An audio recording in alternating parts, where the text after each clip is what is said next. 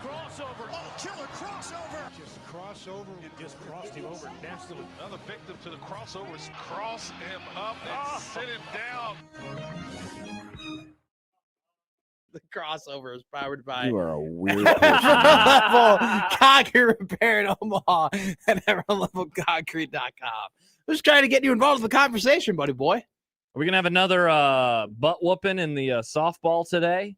The combined score so far through 1 2/3 or 1 2 innings. 11-0. 11-0. So the first game's done already? yeah, the whole it got was run ruled in 5 innings. What happened? Texas Tech rolled. Yeah. I turned it on. It was like, time to eat lunch. Let's watch softball. So And it was like, oh, it's already over. We had Sydney Supley on. She's like the Big Ten analyst for Nice softball. get, She's Matt. awesome. She's the second time she's been on the show. She said if Nebraska makes the championship series, she'll come on again. So that'll be great. Look at you. We were watching the game together. She came on while the game was going on. She was like, I'll talk to you, but we're also watching the game. And it was 2-0. And she goes, yeah, this is going to be a run rule. And we're like, oh, okay. And she's like, yeah, they'll open it up here. And then they did. Literally, she got off the air and then they hit a homer and then it was 8-0 and it was done. Can we Good just night. give a shout out to some old school, 80s type stuff?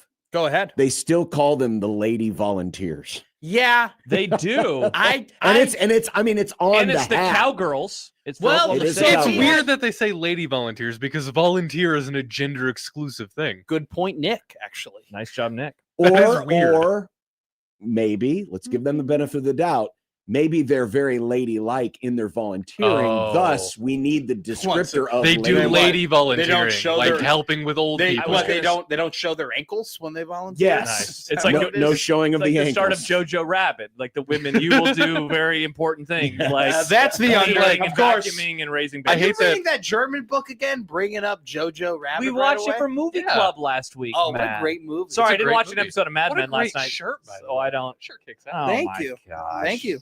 It's Dale Jr. Thank at the you for- Brickyard 400. I could have been at that race and I missed Thank it. you for not What? packing that one up. I couldn't go. We had to, what was it? I don't know. Oh God, it was something work related, and I want to say it was Here? Since something you've to been do here? with Husker football. I might go- No, What that year was was that? 1995. I was at the very first Brickyard 400. Really? Where Gordon won? Yes, Wow. So wait, real quick. This is the Brickyard 400 in 1995. yes. Dale Okay. Earnhardt won. That I was bought- Saturday, August 5th.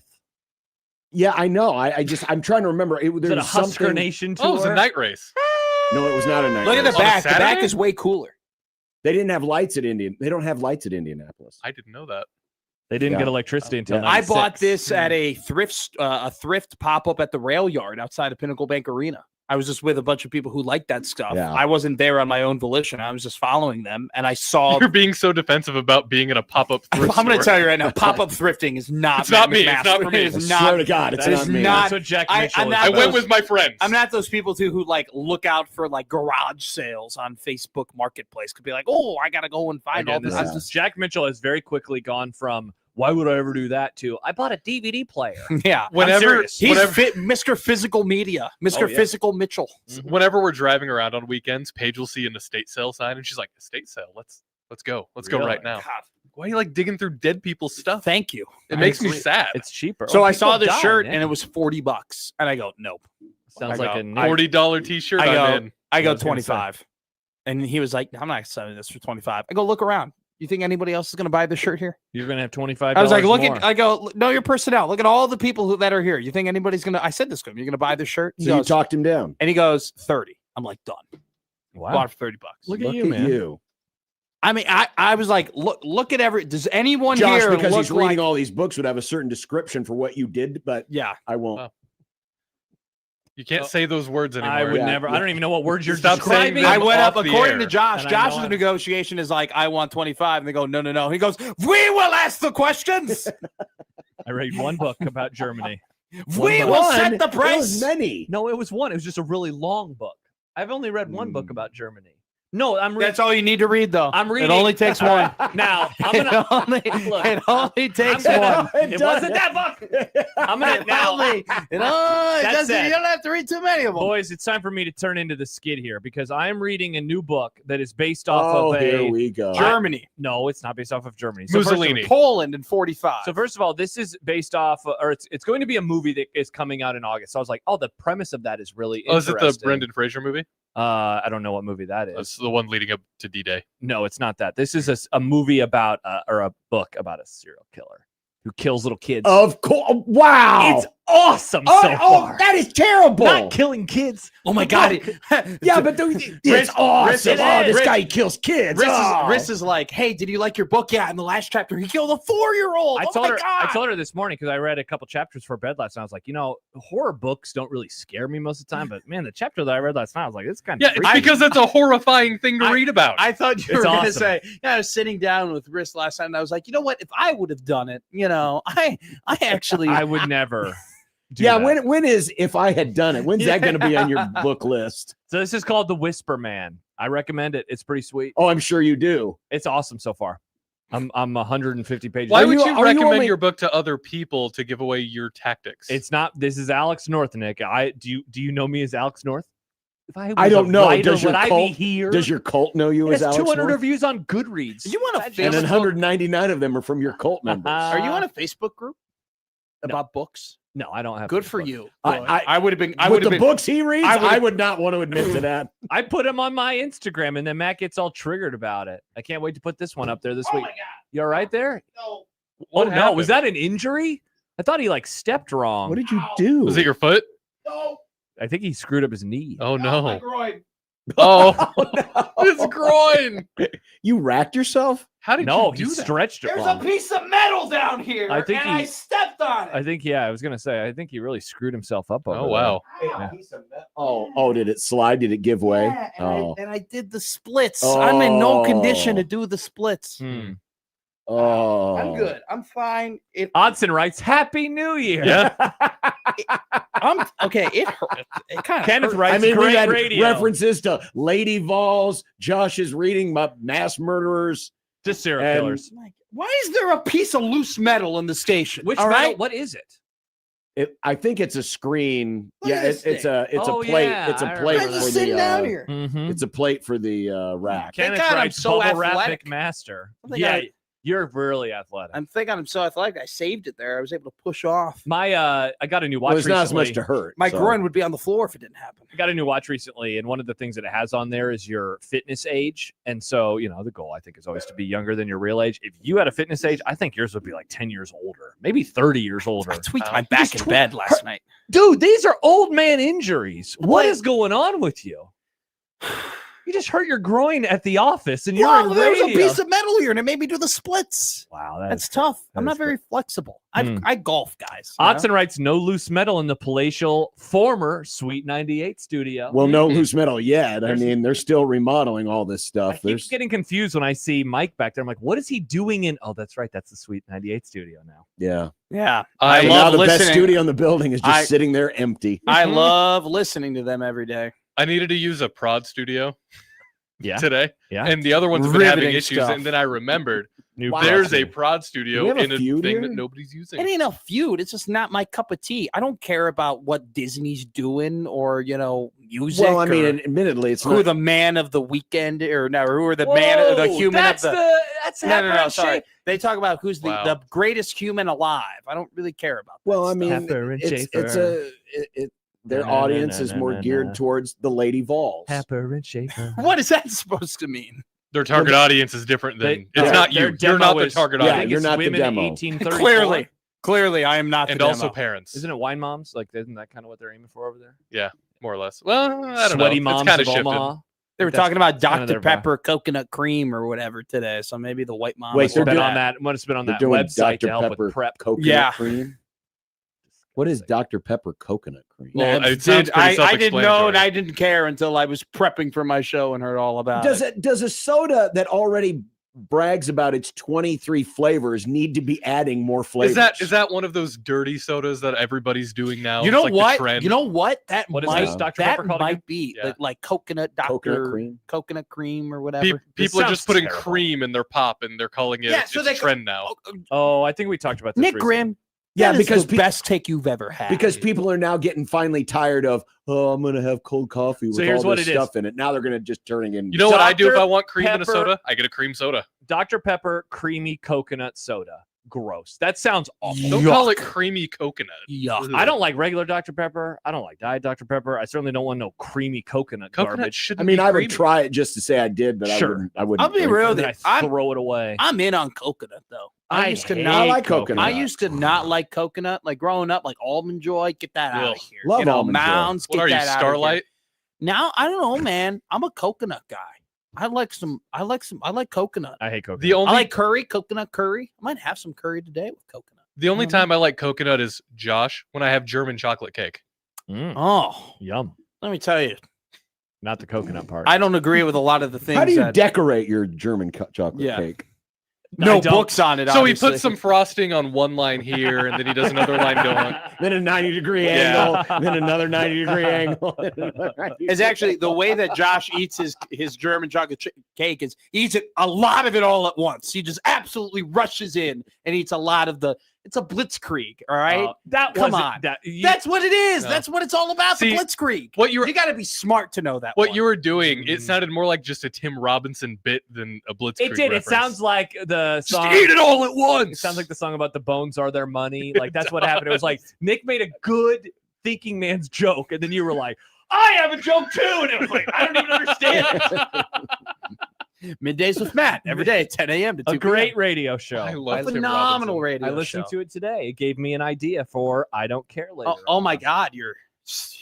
I guess we're stealing segments here. No, at the I was station. listening and I said that gave me an idea. I'm not stealing anything. I have an idea. Yeah. Mm. Okay, stealing ideas. You called me last night and we had a long conversation about not wanting to steal ideas. Well, I'm just adjusting ideas that Yes. you previously had because Uh-huh. we're all It's trying to tweaking. cover the same topics. Yeah. You know how in August we do this like countdown thing and we preview teams? Mhm. We were just having a conversation about that. I was He making. has a fun idea. I was making sure we don't cross streams. You know, we are the No. Ghostbusters radio station. No Mm. crossing. No Asian crossing. Joe says there's only one Reich way to eat the cake for Josh. See, That's a good another one. funny one. Okay. Okay, what are I you will gonna do not now? be I'm going to shut my mouth. I've learned to do that. What if you put the cake in a bunker? Well, you know, it would only take Josh 2 shots to eat it. There you go. That's pretty good. You know what, That's Matt? pretty good. Don't give me a sympathy double bang. I'm not here for your patronizing, sympathetic double bangs. You make 3 good jokes and you think you're, the king of the castle. No. Clearly, because now you're like, oh, I'm Mr. Bang. I can give out No, it's bangs Mr. whenever I want. Banks. Is his name. Yeah. Is he recovered from You know his what? weekend I'm yet? not going to make fun. That's one thing I won't make fun of. What happened? His Your dog. Instagram post. Well, that was nice. Nice of you. I gave him a bath last night, and he. I'll make fun of your dog. He's more creative than Wrigley. I don't know how I didn't name the dog. Good He for also you. didn't I, want ne- the dog. I named neither he dog. didn't. Mhm. People didn't. forget. I did not. Sorry for interrupting. No, so I gave Banks a bath last night. Banks normally he's annoyed that he is in the bath. He's annoyed about it, but he powers through. He gets treats, and then he gets out and he starts shaking himself. The shampoo was still on his coat, and bro is like, "I'm gonna hop out." And I'm like, "What are you doing, man? I'm done, dude. Get back in!" And so I had to lift him up, and then all 4 of his legs go like this. And so I put him back in there, and then he just is like staring off into space the rest of the time. He So, was not in a good mood. If you admit that you haven't done this before, you're lying. Oh. But I don't. My bathroom is not attached to my room. Okay, I have to walk basically to the kitchen to go and take a shower. Okay, it's very annoying. Yeah, you live in an apartment. It's how it why goes. we're getting a new apartment. Yeah, Okay. yeah. Okay. I don't think there's anything worse when you get out of the shower, you're halfway through the shower, and you're like, oh my God, I don't have my towel. What am I going to do? And you have to gallivant back to your room, and then you have to dry off. But then it's like, I got to gallivant back to the shower. Sometimes you're not even done with the shower. You're just like, I'm going to get Now, it out of the way. I have some questions. Go ahead. Okay. Why isn't the towel already in the bathroom? Because I forgot it. Okay. No, but why isn't it live in the bathroom? That's my question. Because I have definitely I did laundry and I Oh. forgot. Yeah. Why don't you just leave the towel in the bathroom? I have 4 towels, and it's just easier to hang them up in the closet. 4 towels? You hang your A wet towel in your closet? Well, I got a little hanger in the closet. But it's up like there. And then You don't have a place to hang your towels in the bathroom? There is, and it doesn't hold all the towels, so I gotta. But you could hold one You can towel hold there. a towel. The towel. Yeah, You but can I towel there want- for like but- 3 or 4 but- days, and then you change out. You can the also towel. hang a towel from the we- shower rack we itself. wrote- So you only use one towel and then you wash it. You only use it one time, I mean, I rotate through them, but then- you still would use it like 4 times and then yeah, wash. but it. you gotta So let it what's it- dry off a little bit. I mean, mine is dry the next day. Yeah, but you know, But you I put don't it in your dark closet that you probably close the door. I don't close the door. My closet doesn't have a door. Close the door. Is it a closet if it doesn't close? Interesting question? It is- It's kind of part of the word. But people are Close. roasting you Close in the it. chat right now. By the way, oh McMaster, no please. I'm gonna be sick. That's what Tay said. What Tay does is a that woman. mean? Brother, I put them in the don't- closet. I don't. What is the difference between a closet and the bathroom? There's still the room. Matt It's open up. McMoldster. It's not mold. I'm not molding my. Get out of here. You guys don't know my living situation. I don't close the door on the closet. I don't have a door to close on. Close the door. Mm. It's Flow just door. I have all of my clothes Flow that I hang door. up, and then I have the little towel. Like I have a little towel area, and I put it there in the closet. That's just, I don't know. It's Aaron seems writes, I was totally on the understand of his side. Okay, that's a sentence. Totally on his side till he said putting it in the closet. 4 towels in the closet, weird as hell. And a towel doesn't How need is to that be, weird as hell? doesn't I need to just be hang them up in cleaned the every closet. time. Those people are weirdos. I'm not cleaning them every time, but I don't use the same towel over and over and over and over and over again. I use mine like 5 times and then I wash it. It's about what I Because do. it dries over 24 hours. It Yeah. will dry. Yes, You'd be it surprised. I does know. dry. That's why I put them. The area in which I put guys, I need a it photo doesn't of this. mold. What's the airflow like in your towel closet? It It's can't the be airflow great. in my room. Can't be great. It's just out. There's no way there's air in the closet. No. though. Yes, there is. There's a No. vent right up there. I do not believe this. In your There's closet? a vent in the closet. No way. I don't know. I might be lying. Exactly, you're Yeah. lying. I There's have no no idea. airflow in That the would closet. be a weird place But for a I- vent. Every Okay. closet is like a little warmer or a little colder, depending on the time so of year. listen, Yeah. you walk into my room and then you see the closet. It's just open right away, and you see all the clothes immediately. You can see all of my clothes hung up And when towels. you walk in. Yeah, to the left. So I hang it up. I didn't think this is a big, but see, these are the things that I learned that people apparently get really upset about and have massive It's opinions. not on. upset. It's confusing. It's Yeah, not we- confusing. we- I grab my towel from my Yeah. room. I walk over to my bathroom. I wash up. I clean up. I walk back. I hang it up. How's Matt, that confusing? we're looking out for you. If you bring home a nice lady and she's like spending the night, and then she wakes up and she's like, "Oh, I want to take a shower. Where's your towels?" And you're like, "Welcome to my closet." Yeah. She's gonna be like, "Ugh, Yeah. never I mean- again." She's gonna be like, "You know what? I actually don't need to shower. I don't want to get mold on my I'll tell body." you, Yeah. it's but it takes a lot. Matt McMusty writes, Kyle. Get out. Musty. This is awful. Ugh. Sometimes I forget my towel. I hate it. Ian says, "Sounds like you still live in the dorms." I do. It does sound. It does sound like is that. an adult dorm. All right, let's Okay. hope that the next bathroom, maybe at the new place, you could be a new Matt. The 2 towel racks? the New house, next new mat. the next apartment, the bathroom is connected to my room. So, but you're still gonna have a towel closet. Oh, good question. I don't care, Nick. I really don't. I really don't. I'll Wow. put the towels where I put the towels. You and they'll dry ejected off on and this they dry convo off. fast. Mhm. We were Yeah, having a because good it's time. so dumb to be clowned on. It's like I put my towels and they dry off. There's no mold on it or anything like that. You guys are weird. Eric writes serial killer behavior. Or It's no, not. everybody is Not saying at this. So are all. we the weird ones? Not at all. Or are you like when I everybody? mean, I would defer to Josh if we're talking about serial killer true. behavior. This sounds like something the character in my book would do, Matt. And then after he killed the kid, he went into his closet to grab one of his towels. Now, do you think it would be weirder if he got one of those pop-up like drying racks to put his towels on? Or And do he you think put- that's weirder than the closet? Pop-up drying. He's talking about like, you know how you dry your clothes, like Yeah. workout clothes. I'd use that for my workout clothes. I don't. That'd be really strange. I don't. I didn't know. I didn't know that this was a weird thing to do. My closet's not even a closet though. It doesn't even open or close. It's just a part of my room. Hmm. Just walk in and I hang it up there. Okay. They're all there. For a few more weeks at least. Yeah, I don't know. Where am I supposed to put? So I'm supposed to fold my towels and put them under the sink? No, Is that no, what you the want me to one do? you just used, you hang But I it have in 4 the shower. towels. I can't hang Then all 4 towels You up at fold, once. you fold the other 3 and Yeah. put them in the closet, but then the one that you use what I do. keep in the bathroom. I Correct. just hang That's up what my everybody towels. in society normally does. Yes. Then if Yeah, you need this a is- towel, You're trying a new thing over here that is just a little confusing. It's to us. not. It has You don't not have to affected reinvent me in the a towel negative wheel. way at all. I don't know. You're always like, I wish I had a girlfriend. I'm not saying I wish I had a girlfriend. Okay, you said it's not If I affecting wanted you. a girlfriend, I could have one in 3 weeks. I want to fall in love. Whoa, 3 wow.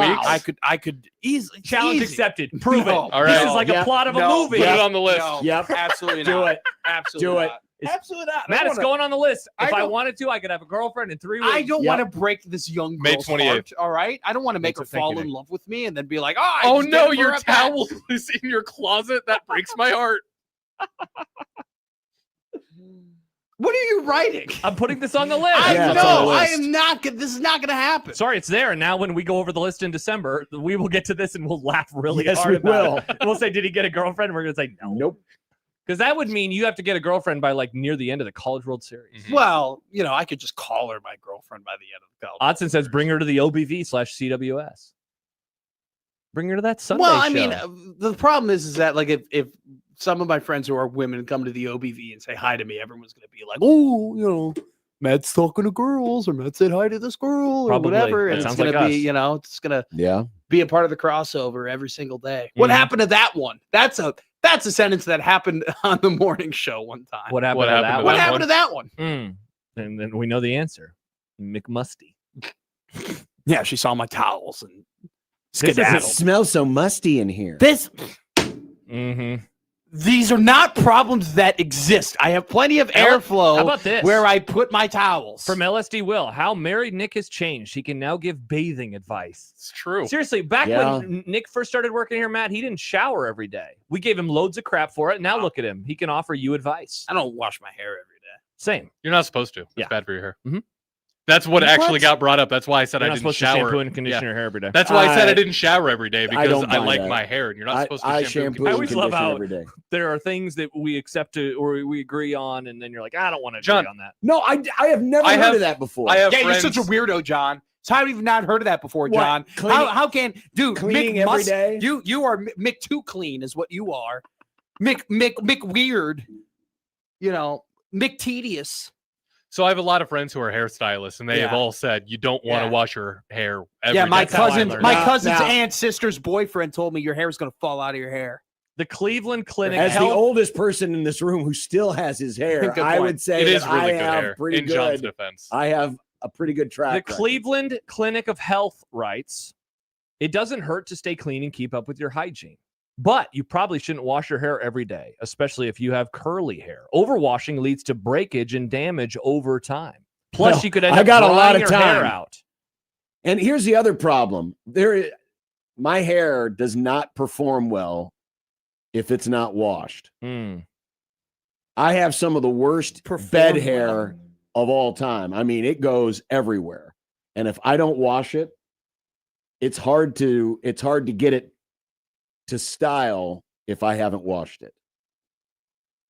So, yeah, I don't care what the Cleveland Steamer Clinic or anyone else does. Hell yeah. I'm washing that bad boy every day. I'll live You wear a with the, hat every day. Do you need I to don't really wear a s- hat every day. I wear a hat a lot, but I don't wear it every most days? Ian writes, Matt, don't listen to them. I met Hot Barb when I lived in the basement of a bar on Saddle Creek. Anything is possible. New segment, bath mat, where your airs his dirty laundry. Oh, that's a good idea. Hmm. It's a great idea. Well, it's I all bet living in a bar basement would be fun. Matt make a mildew. Wow, did you see what Odson wrote What did he about write? you at the OBV? Now, this is going to be different this year. Matt's not going to do this anymore, but he said she'll see your nuts on the YouTube stream and come on down like Salmon to Capistrano. You remember this last year? We'd be doing the show and Matt would just lift up his legs with his shorts. I didn't see any. Yeah. I needed to space out. All right. And Yeah. by the way, I was getting loopy. I was like in, You were hour doing that in the 10 o'clock show. Let's settle down here. No, I wasn't. Was We I had- man spreading? Was I Oh, Timothy Dude, Chalamet spreading? You were just like putting your legs They were all over the camera. I mean, Josh literally looked at me and we had basically just met and started working together. And he goes, I'll do all the prep. I was like, I'll put it all together. You were like, I'll Did put I? it all together. I was like, perfect, great. Is that what I said? Yeah. That kind of makes me sound condescending. No, you were just like, I'll put the whole show together. Oh, yeah, because you had your morning show today. I was like, great. And I was chilling back. We had our magazines. And Josh was like, I think this team's going to be really good. I was like, nah, Who was you it? know, I don't know. Oh, I'm just, I I'm, thought you were I'm about to- making generalizations. He was on the Clemson thing pretty early. Thank you very much. People forget. I'm going to say it. Happy New Year. Happy I New think Year. in December, everyone should listen about Yeah, Matt's this'll be- hygiene. Because who knows? By that time, we will have shamed him into a girlfriend and into hanging I his don't want to towels be up shamed properly. into a girlfriend. You definitely need to be shamed into hanging your towels up.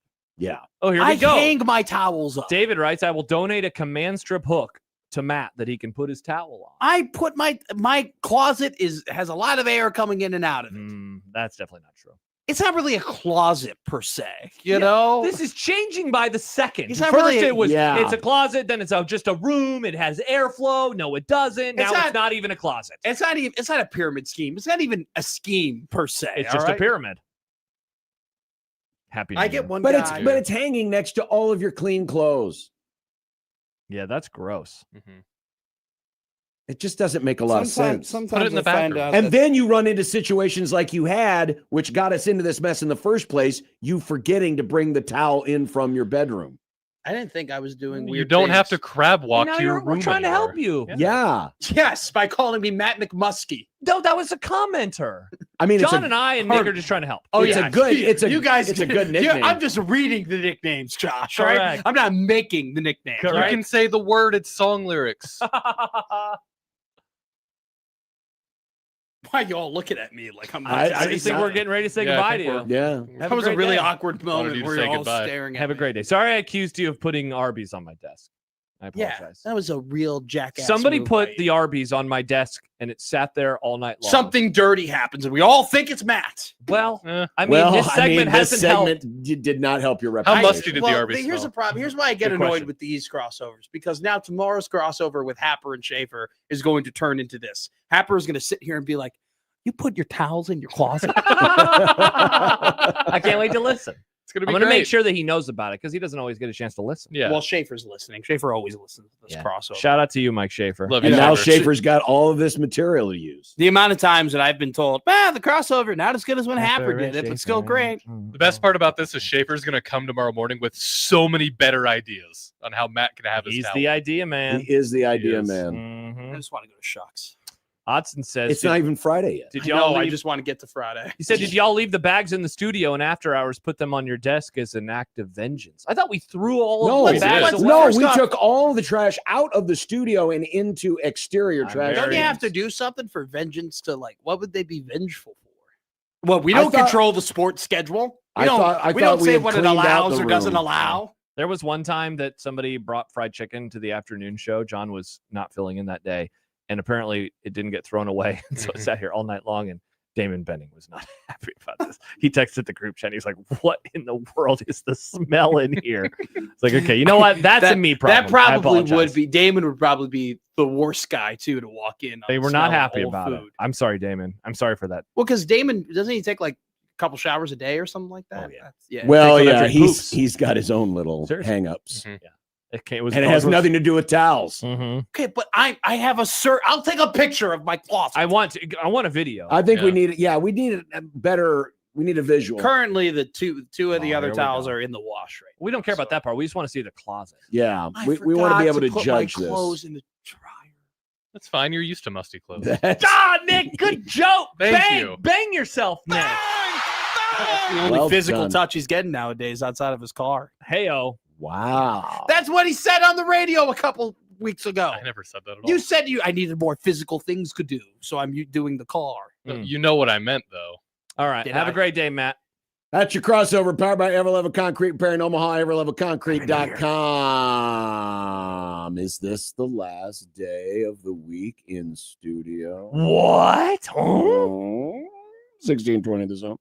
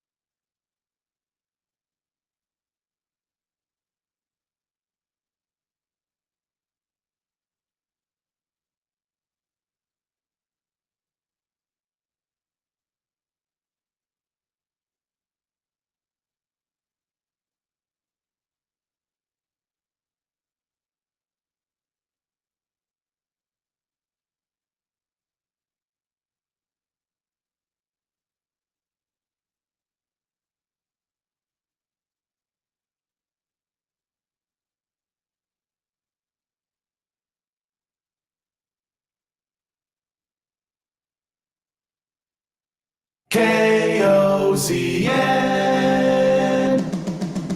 Unsportsmanlike conduct on 1620 The Zone.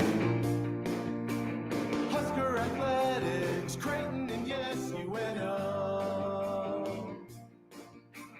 Don't miss a moment, they'll give you your fix. They're on every day from 2 until 6. Spend your afternoons with John, Josh, and Nick.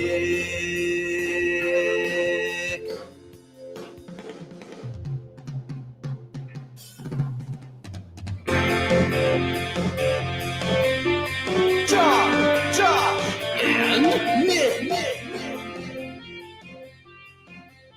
They'll show you what sports talk really is. Oh boy, here we go. It's a Thursday. Wow. It's the day before the regionals and the day of Nebraska ball.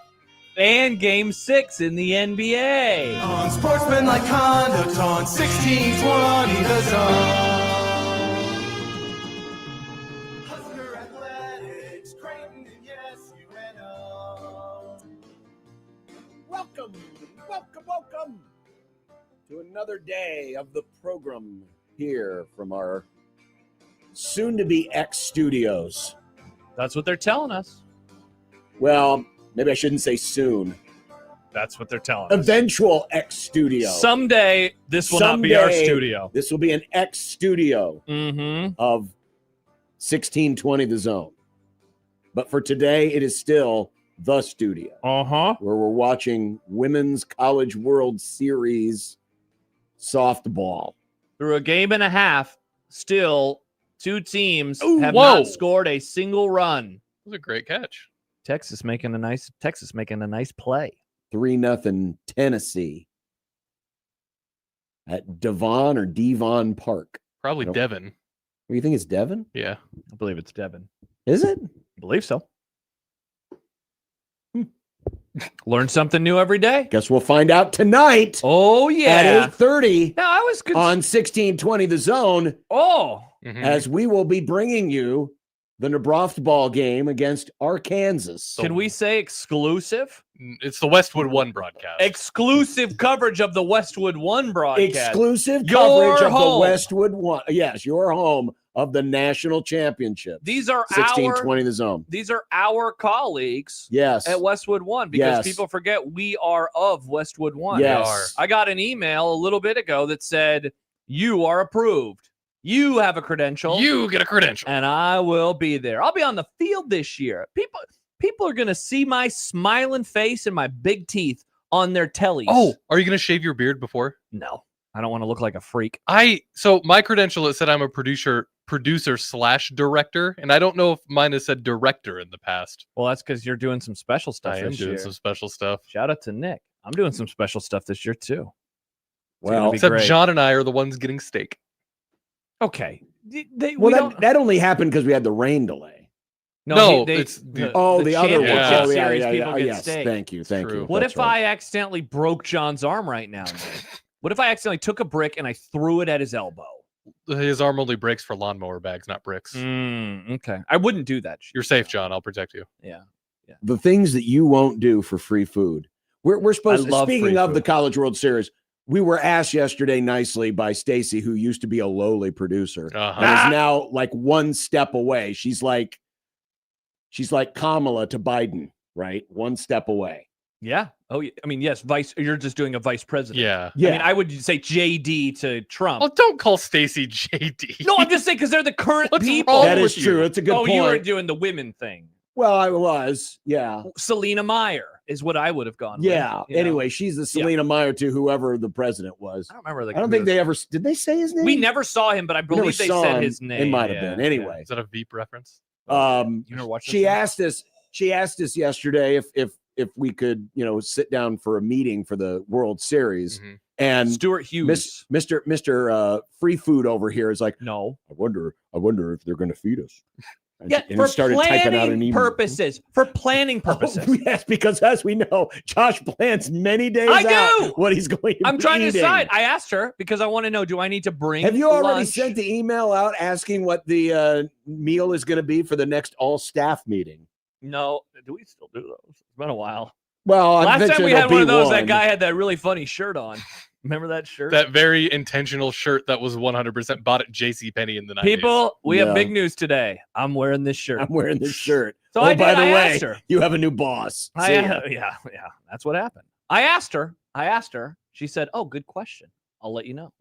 Because I'll bring lunch otherwise. We're on a budget, man. We're trying to save so we can buy a house. So I have X amount of money that I called fun money. The funny. Yeah, we have fun money. I see. So I'm trying to make sure that I can, eat.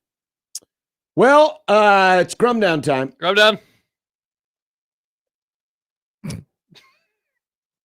Very busy Grum Down today. Uh-huh. This is and then Nick made the Harambe thing.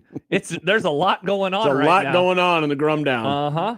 Nebraska ball opens the WCWS tonight on the Zone. Exclusively. The Westwood One broadcast exclusively on 1620 The Zone. You won't hear this anywhere else in Omaha. Correct. Nowhere else.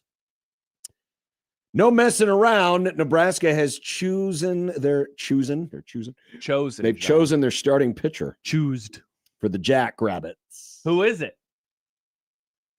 Well, it says on the graphic it's Yasa. Oh, I thought you were going to say the name. But there's a lot of discussion around. Oh, I've seen lots of takes. The SEC is still the best, and they'll tell you so. It just means more. We're going to do something today based off, we had a conversation yesterday as we were looking over the college football TV schedule for the first 3 weeks. Hell yeah. And we both exclaimed, wow, there's some bad games. Uh-huh. We're going to do something called the GAC ratings. What is this, a Nickelodeon show from the 90s? Wow, good reference, Nick. Yep. Where we're going to look over the first 3 weeks of the Power Conference schedule and rate it on one of 3 criteria, because we're always about threes. It's misses and guys. It's misses and guys, RIP. Tic-tac-toe. Yep. Could win, should win, might win. Oh. Yeah. No, that was 4. F, marry, kill. GAC. Good, acceptable, or crap. I love it. It's good. It's got to be fit into one of those categories. It's either a good game, Mm-hmm. it's acceptable, or it's crap. Mm-hmm. Well, we're grading the whole weekend, right? Not each game itself. Well, no, we'll do each game. Oh, we were going to talk about every game that's on television in week 1? Every game. It won't take long. Wow, I misunderstood the assignment. I was giving the weekends a grade, not the game. Well, no, that's called Fired Up for Football, which will be later. God, I love Fired Up for Football. Fight says 3 is so arbitrary. Arbitrary! Nice. Robin Washit will join us. He's not arbitrary because he's with us every Thursday. Every week. Joe Delara will join us from the Action Network. Nice get, Nick. Thank you. NBA. About damn time. I don't care. Oh, I got some stuff here. But I don't care. But Hunter Yurachek does. Mm. When dogs attack MLB prospects. Woof. Oh, I don't know this story. There's video. Okay. Yeah, there's video. Like there's gonna be video of Matt's closet later. And can we finally make an announcement about Friday? Is that what that says? It's hidden by Reagan. A flag that I thought it was a dragon at first, and then I realized it's on fire. Yeah, and Harambe is there as well. The streak is over, and the great Ronald Reagan has come back from the dead to announce, Mr. Gorbabov, tear down this flag. Gorbabov is dead too. I know. They're both looking up just at like us the Cubs right losing now. streak. Hey! The Cubs losing streak dead. Reagan dead. Gorbabov Well, how do you dead. think Reagan lit that flag on fire? Exactly. Yeah, that's where he is. Because he asked Gorbabov, who's currently in hell, if he could borrow some fire. I think they're neighbors. I think he's like, "Hey, come on over. We're in hell." There's a wall between them, though. That's why he yells at that every tear day. it down, Gorbabov. He's like, and then he adds, ah. Can we finally make an announcement for Friday? I was trying to make this announcement yesterday, and you kept saying no. Well, we didn't know. No. Yes, I'm glad we did. I'm glad we waited. Confirmation. I am glad we waited because somebody couldn't figure out how to work the equipment today. Okay, well, I mean, they still probably haven't. They still can. We know what we're doing. We're going to Lincoln tomorrow. We are going to be outside of Bolin Stadium tomorrow, which thus means we're outside of Haymarket Park as well, and we're doing the Grum. What if it rains, though? See what you've done? What? I'm asking, what if it rains? Maybe we shouldn't have made this announcement. Another fun baseball Grum where I have to stay in the studio, and Josh, who doesn't care about baseball, gets to be the one to go. This is bullcrap. Nick is invited to this event, and he said, no, I'll stay back here. Because he wanted to be martyr. Get the martyr baton, you little martyr Who is baby. going to fill in for me? Who can I find that's last minute can fill in for Odson was me? like, I'll ask somebody. We'll be fine. Everybody was like, we can get somebody else to produce. But you said, no, I want to be I here. haven't been on these emails, so I didn't know that. We talked about it in person. Mm. Oh, my gosh. Jack doesn't attach Nick to one email, and he gets in his feels about it for 3 days. I just want to know what's going on. Yeah. Get mad at Jack. Hmm. Also, I love baseball. I'm the sideline reporter of the College World Series, Nick. I love baseball. I did more prep today. By the way, I thought about this Prep for Kansas. last night. Go ahead. And for those of you who are going to be going to Lincoln, Or are in Lincoln already. I think as a nice way to welcome in, especially our visitors from the South, which, by the way, quick aside. We whooped your ass in the Civil War. Is that what we're going to say? Well, speaking of that, I had never seen, for some reason, Ghosts of Mississippi. I don't even know what that is. Oh, the 30 for 30. I've never seen that either. Hunter what's Hunter S. Thompson? No, he's dead. the writer? Wright Thompson. Wright Thompson. Did he narrate it? Yes, he wrote it I love and his voice. narrated because he's from Mississippi. Yes, he is. He's a great writer. I've never seen that. Is it good? It's about the 1962 civil unrest in Mississippi that also coincided with the undefeated Ole Miss football team. Ghosts of Ole Miss is what. Ghost of Ole Miss. I'm sorry, Ghost of Ole Miss. It's very good, very good. Yes, but of course, Ole Miss is coming to town. Yeah, I don't know if they are aware. I don't know that they of lost a certain factoid about Lincoln that will bring the two sides together in peace and harmony. I think somebody needs to do this for us because I can't draw. But we need a sign that we can have outside the campsite that simply says Lincoln, birthplace of Lane Kiffin. People forget Lane Kiffin was born in Lincoln, Nebraska is Lane Kiffin's birthplace. Gosh, if we tell them that, though, they might try to burn the city to the ground. They do not like Lane right now. They hate that guy. Well, I mean, do you want them to burn Lincoln? I mean, it's crime town. Well, that's true. They got to get in line behind all the time. They got to get in line behind all the other criminals. See the flames. Once you hit the Trump barn, you can see the flames. Crime Town just looks like 92 LA constantly. Yeah, all the time. Yeah. Okay, I would Lincoln, love this. Birthplace of Lane Kiffin. Now, do you want someone to draw this? Well, yeah, we need signs. We need signs. What about printing it? What if we printed it? Whatever. Okay. However it gets done, it gets done. Okay. That sounds awesome. But it'd be a nice way to, somebody who and could you do know, maybe signs. for something for the Arizona State folks, like, hey, Arizona State, thanks for reminding us that Scott Frost sucked. People forget you're the last team to shut out Nebraska. Shut out Nebraska. Don't go. Mississippi fans like burning things. They do. Oh, yeah. Isn't there a thing called Mississippi's Burning? Isn't Well, that was a movie. Is that the one with Gene Hackman? Yes. Never saw that one. We didn't do that for Movie Club. Don't did we? believe so. I thought we did. Dunko adds Mississippi. mostly crosses. Yeah, I no, thought that we was did we Mississippi got that, Dunko. Burning for Movie Club. Every time I think of the Klan now, I think of that scene in Django. Hold on. That scene in Django where he's like, damn it, my wife was up all night working on these. It's a very funny scene. Wow, that movie is free, available on YouTube. Mississippi Burning or Django? No, Mississippi Burning. Oh. That's wild. That's 2 hours and 6 minutes. Yeah, we've never done that movie, John. Are you sure? I swear. I mean, if we have, I didn't watch it. That might have been one of the days that I was gone. I don't remember it. A few times that I've skipped a movie. Have we done it? Yes, we did. Oh, when? August the 6th of 2021. I wonder where I was. Wow, that's not That was shortly before I started. That's not a time. Or was it after I started? You know what? Chris and I did like a brewery tour around Iowa. I thought we did it in May, though. I should check that movie out. It's on YouTube. Maybe I will. There you go. Never understood the whole burning crosses bit. It doesn't make it. It seems kind of counterproductive to what they I love believe Jesus. also. Let me light the cross on fire. Yeah. Odd. It's an intimidation. Racists are bad people. It's an I take it. intimidation thing. Why'd they have to pick the cross? So if you put anything burning on a lawn, it would be scary. Burn a bag of popcorn. It would smell terrible. They're easy to buid.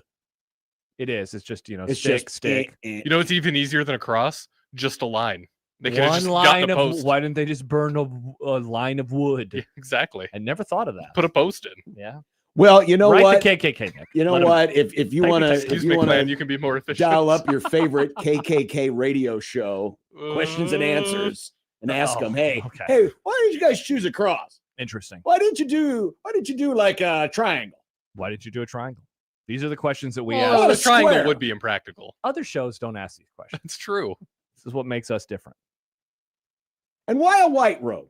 Why a white robe? Also, you're called Grand Wizards. What is this, D&D? Yeah, do you ever make fun of them? Mountain Doom, I mean, Grand Wizard. yes, I've made fun of the Klan many times. They were Okay, good. some I'm very a bad paladin. people. Mm. That was about the only funny scene in the Fletch sequel, Fletch Lives. Never. Wait, was that the one we watched? No. That was the one with John Hamm. I liked that one. Fletch Lives was still Chevy Chase. And one of the bits was they were trying to chase the Klan off of land that Fletch had inherited. Oh, good job by you, Fletch. And their whole chant was scum, scum, go back from where you come. They were so dumb. It was the only part of the movie that made me laugh. Never saw that movie. Have zero desire. It was to. not a good movie. I've heard it's terrible. What's worse? Dumb debates. That or Major League 2? Major League 2 wasn't that. There's another Major League that's terrible, right? Well, Back there to was the minors? third one. Yeah, and I don't think one- anyone ever saw that. I'm fine with never It's a watching better the sequels to that movie. Caddyshack 2 is kind of up there for comedy sequels that never That's needed to be right. made. That's the one that I meant. That's a bad one. Yeah. So anyway, yes, we will great to be be in here. Lincoln tomorrow at Jack's little camper. Yeah. RV. Well, it's not an RV, it's a camper It's not an RV. because it's not a vehicle. It's a trailer. Oh yeah, I guess that's true. Not to get too technical. I got photos of it earlier. Look at that thing. And it's going to be we'll be right outside of the main entrance. Yep. There in the if you know your way around Haymarket Park, it's that little roundabout because Awesome. Lincoln loves its roundabouts. Awesome. Right outside of Boland Stadium, across the way from the park. I cannot wait to be there. And so bring us your signs. Lincoln, birthplace of Lane Kiffin. awesome. And if you want to put Go Rebs on there, just to make them feel more comfortable. Wow, I won't do that. I'm not rooting for them. I don't know who I am rooting for in game 2. Game 2 of the day. Who should we root for? Who are you rooting for? I mean, obviously a 15 inning game with 100 arms used. I would say Arizona State. Okay, go Sun I think Devils. Ole Miss has deeper arms, has more arms. Okay, go Sun Devils. So yeah, I think you want Arizona State to win. Perfect. Well, we'll talk about that and what the Huskers have decided to do with their pitching and more as we continue here on this wonderful Thursday on the Grum on 1620 The Zone.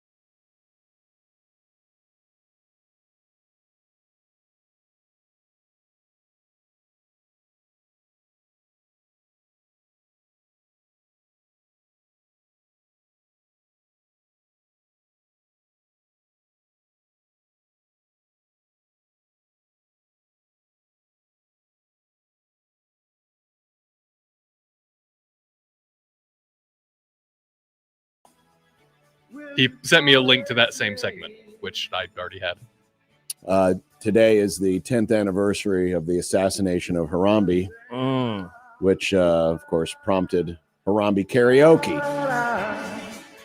It did. I love his commitment.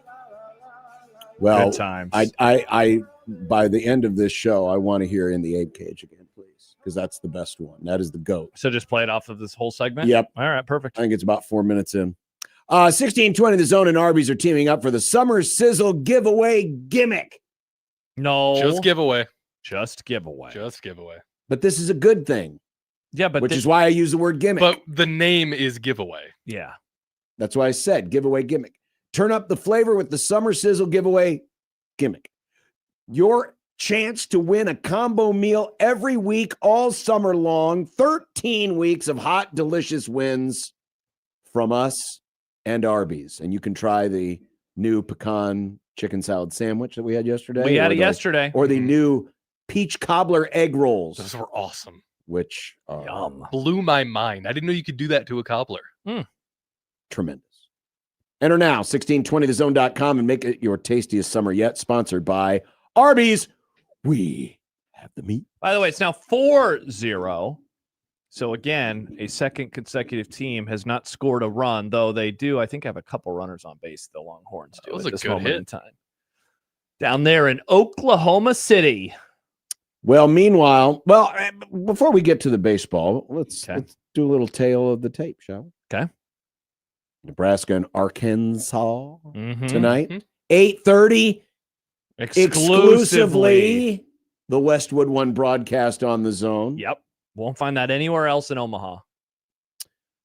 These teams are, when you look at the overall numbers, very evenly matched. Arkansas, just a little bit more hitter pilled. Nebraska, just a little bit more pitcher pilled.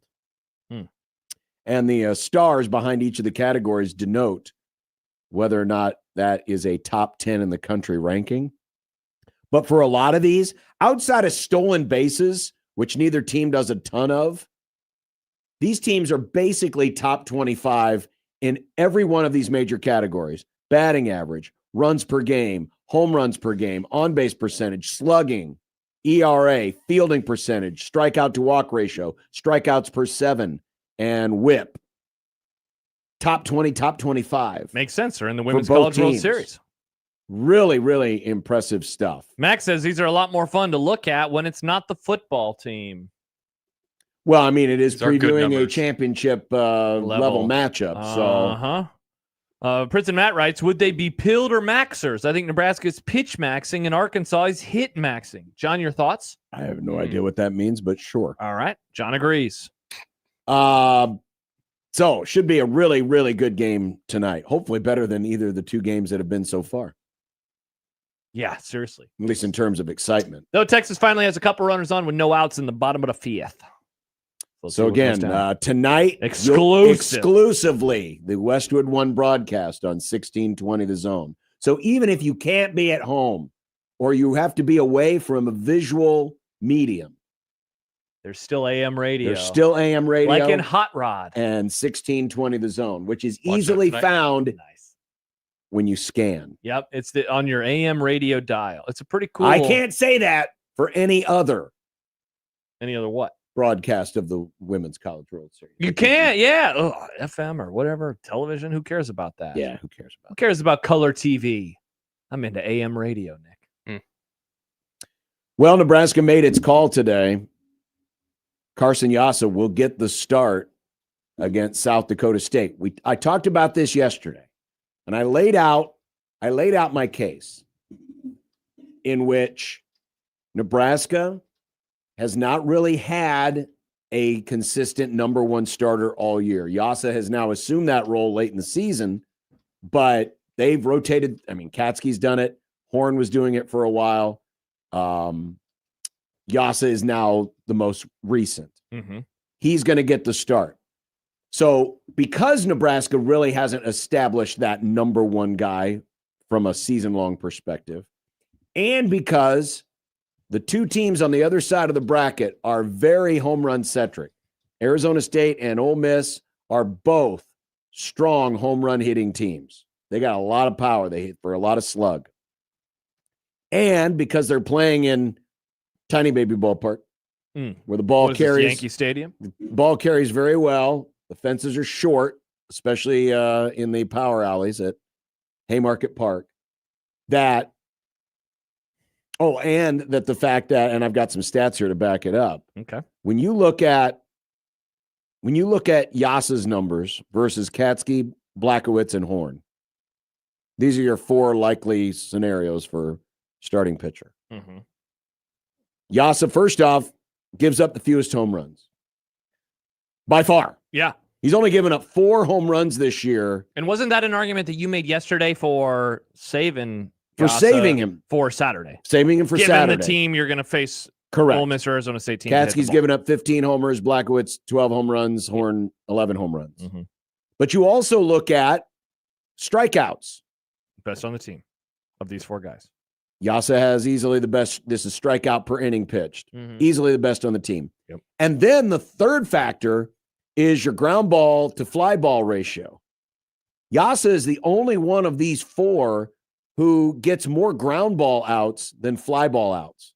72 ground ball outs to 51 fly ball outs. Everybody else, Katski, 47 to 66. Blackowitz, 45 to 62. Horn, 68 to 76.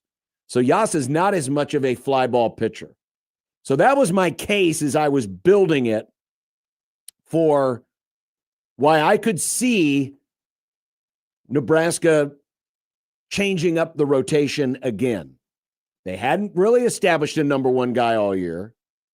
The teams that you're playing on Saturday hit a lot of home runs, home run friendly ballpark, and there is one clear-cut guy who does not give up a lot of fly balls and a lot of home runs. And so that was my argument, right? Mm-hmm. Now, of course, the counter is, well, you don't want to throw off the rotation, right? I saw that there was that tweet, I assume you saw it today, about teams who did this last year, and it ended up costing them in the first game of their series. So this was 3 losses Jacob last year? Rudner from Baseball America tweeted, I love the annual should teams pitch off in regionals debate. Historically, both options have had nearly identical success rates, but not last year. Of the 7 hosts eliminated in the regional, 6 changed up their rotation order, including 3 that dropped their opening game. Yeah, so think about that. Now, that has not stopped USC. Mason Edwards is their number 1. Going on Saturday. They're going on. They're saving him for Saturday against what they would assume to be Texas A&M. Mm-hmm. Matt Lothrop, our colleague over Channel 7. Yeah. Florida, they're pitching their Sunday guy in the opener. Interesting. And North Carolina is throwing their Saturday guy in the opener. So there are, and this is, and I know there's a lot of conversation. We didn't have this with Farron. I meant to ask it, but Mike Rooney of ESPN and D1 Baseball, he is of the opinion that we should change up the postseason and add an extra weekend. Change up. So that you have a best of 3, a best of 3, a best of 3, and then you get to the College You'd World have Series. 32 host sites, and then and then 16, and then 8. But to me, and I get the logic behind it because you do play, a lot of series are weekend series, 3-game series. I get the logic behind it. But the one thing I love about the regional format, the 4-team regional format, is it creates dilemmas like this. Yeah, the strategy involved in regionals is so unique because you're not just thinking about your opponent today, you're thinking about your opponent tomorrow. Exactly. And so you're trying to match things up. Yeah. In and we're seeing, way. this is obviously a thing that a lot of teams are trying to figure out, right? Absolutely. What did you just name? 4 or 5 teams that are we talked about with Nebraska. At least 3 teams, all top seeds in their regional, Nebraska, are going with their non-number 1. And then USC, who is not number 1 in their regional, they're doing it too. And correct me if I'm wrong, but Yasa pitched against Michigan last Thursday. So there's not an issue with rest. And remember, Nebraska got knocked out on Saturday, so they've had a week off. So, in terms of, you're not going to have any of these different options are not necessarily going to cause you any concern from that standpoint. And my proposal was you pitch Katsky tomorrow and you have Ty Horn in relief in case that goes wrong. Because with Ty Horn he's like the National Guard. You can call him in anytime when the locals can't handle it. He's just a guy that you can plug in a lot of different spots. He can obviously start, but they've been using him as a middle relief guy or a long relief guy. And so you're going to use him, and you've got that flexibility. So those were my arguments behind it. Now, certainly the Jacob Rudner tweet, that's one argument. I think another argument is, hey, don't plan for tomorrow until you've won today. Yeah. And I understand that too. Yeah, D'Lo says, what gives you the best chance to go 2-0? It's starting an ace in game 2. If you can't beat SDSU with your number 2, you ain't winning anyway. That's because I don't think I've given my opinion on this last 2 days. That's how I would approach it. Against an opponent like this tomorrow for Nebraska, I wouldn't go with the ace. I would go with that person on Saturday because I'm expecting a win against this team, and then you want your best stuff on Saturday in a spot where you really are able to put yourself in a great position. Sure. Going into Sunday. Absolutely. That's how I would approach it. But I also understand, like, that can backfire tremendously because if you lose, seen it backfire. if you lose tomorrow, you're having to come out of the losers bracket the entire time. It just puts your back against the wall immediately. And of course, you don't want that. And it would be frustrating, just to lose to that team. As we've talked about, region is one of the toughest. But the team that Nebraska is going to face is one of the weakest, for any of the host sites. And so you got to be able to take care of business against them. Now, I pretty sure I don't know his record at Texas A&M, but when Rob Childress was a pitching coach at Nebraska, he did not mess with the rotation. The number one guy always started on Friday. To my recollection, I don't remember a time where they changed the order up. Childress's record as a number one seed, both at Nebraska and at Texas A&M, he's 11-0 in game ones. He's 11-0 in game ones. My assumption is his history is I don't mess around. I don't gimmick up the rotation. We're going this way. His overall record, he was 5-3 as a pitching coach at Nebraska, having lost the last 2 years. But remember, Nebraska was a 2 seed 2 years ago, 3 seed last year. He was 9-4 in first games as Texas A&M coach. But again, all the losses were as non-number ones. Mm-hmm. So, I mean, his history is his history. And I don't know if he ever changed up the order in any of those opportunities he had at Texas A&M. He might have. But he's playing the percentages. He is not planning ahead. He's not overlooking any opponent. And he's saying, I'm going to keep my rotation in the order that I like it right now. And obviously, they've got access to even more information than I do. Maybe they see other things in terms of the matchup that they like. And the other thing, too, and they're going to go with it. And that's the beautiful thing about this argument. I don't think there's a wrong answer. No, yeah. The only wrong answer is if they lose tomorrow. If they lose tomorrow, and there's always going to be second guessing. But these are the fun kinds of debates. Yeah, that's because I don't think there's a wrong answer. Hindsight being 20/20. And the other thing too, and I've seen this point made by a lot of people, so it's not original thought. Nebraska post 05, like what has been one of their biggest issues when they get to this spot? They lose game one a lot. At home, they lost game one, of course, in 06. They have lost game one a lot recently, and they're immediately going to into the wrong spot on so Saturday. There might be just a little bit of, hey, take care of business. We're not assuming anything. Mm-hmm. We're going to respect our opponent. We're not going to assume anything. We got here. This is why you host, to have this opportunity to face a weaker team. That's why you get the host spot. Right. And so take care of business in that, and then figure out what's going to happen on the weekend. I totally understand both arguments. I've certainly made my case that I think they should go a little unorthodox, but there are few coaches, especially pitching coaches, I respect more than Rob Childress, and I will not second guess if it goes sideways this week. I will not second guess it because he's got a great record. Yep. But it is an interesting debate, and I love to watch how teams decide to tackle this conversation. And like you said, there's no wrong answer. I mean, we're seeing it all over really the isn't country, a wrong answer. How teams are approaching it.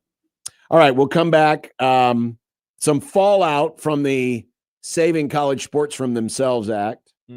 Got some reaction to that. Okay. A 100 days to college football. Hell yes. And is the Elite 11 really elite? Oh, interesting. Well, there was an interesting graphic I saw today. Okay. Regarding that. On 1620 The Zone.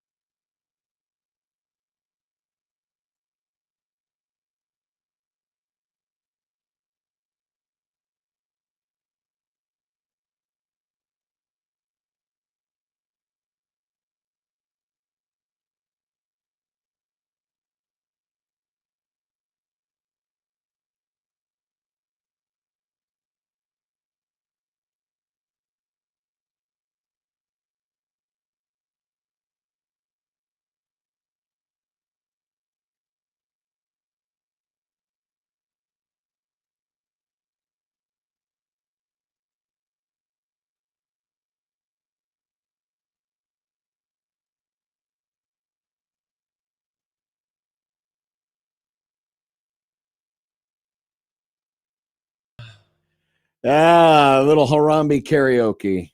That's my all-time favorite. That one is the best so good. choice ever made was not to hear any of the songs before we went on the Yep. air so we could react to it live in the moment. And it was gold, Jerry, gold. You know, one of the things that On made the 10th anniversary of the assassination of Harambe. that made Stibbs's song so good is that he went and found the karaoke versions Yes. of them Yes. on YouTube. And so Yes. like that was just a nice little touch there that was perfect. Great work. Great work indeed. Some reaction. To your graphic or to the No, from the Oh, I see. Saving College Sports from Themselves Act. That's what it should have been called.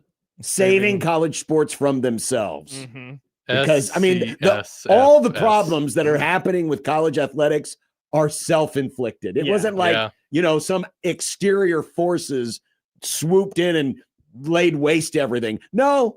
Correct. The enemy was inside the house. The enemy is shooting inside the house. Inside the ape cage. In the ape cage. But there was a lot of reaction yesterday. Of course, this has been any kind of federal legislation. This has been years in the making, and the SEC and the Big Ten have kind of led the way in trying to stop or trying to get this to happen. Mm-hmm. But one administrator from the SEC quipped that the bill, quote, targets the Big Ten and the SEC in an uncomfortable way. Who said that?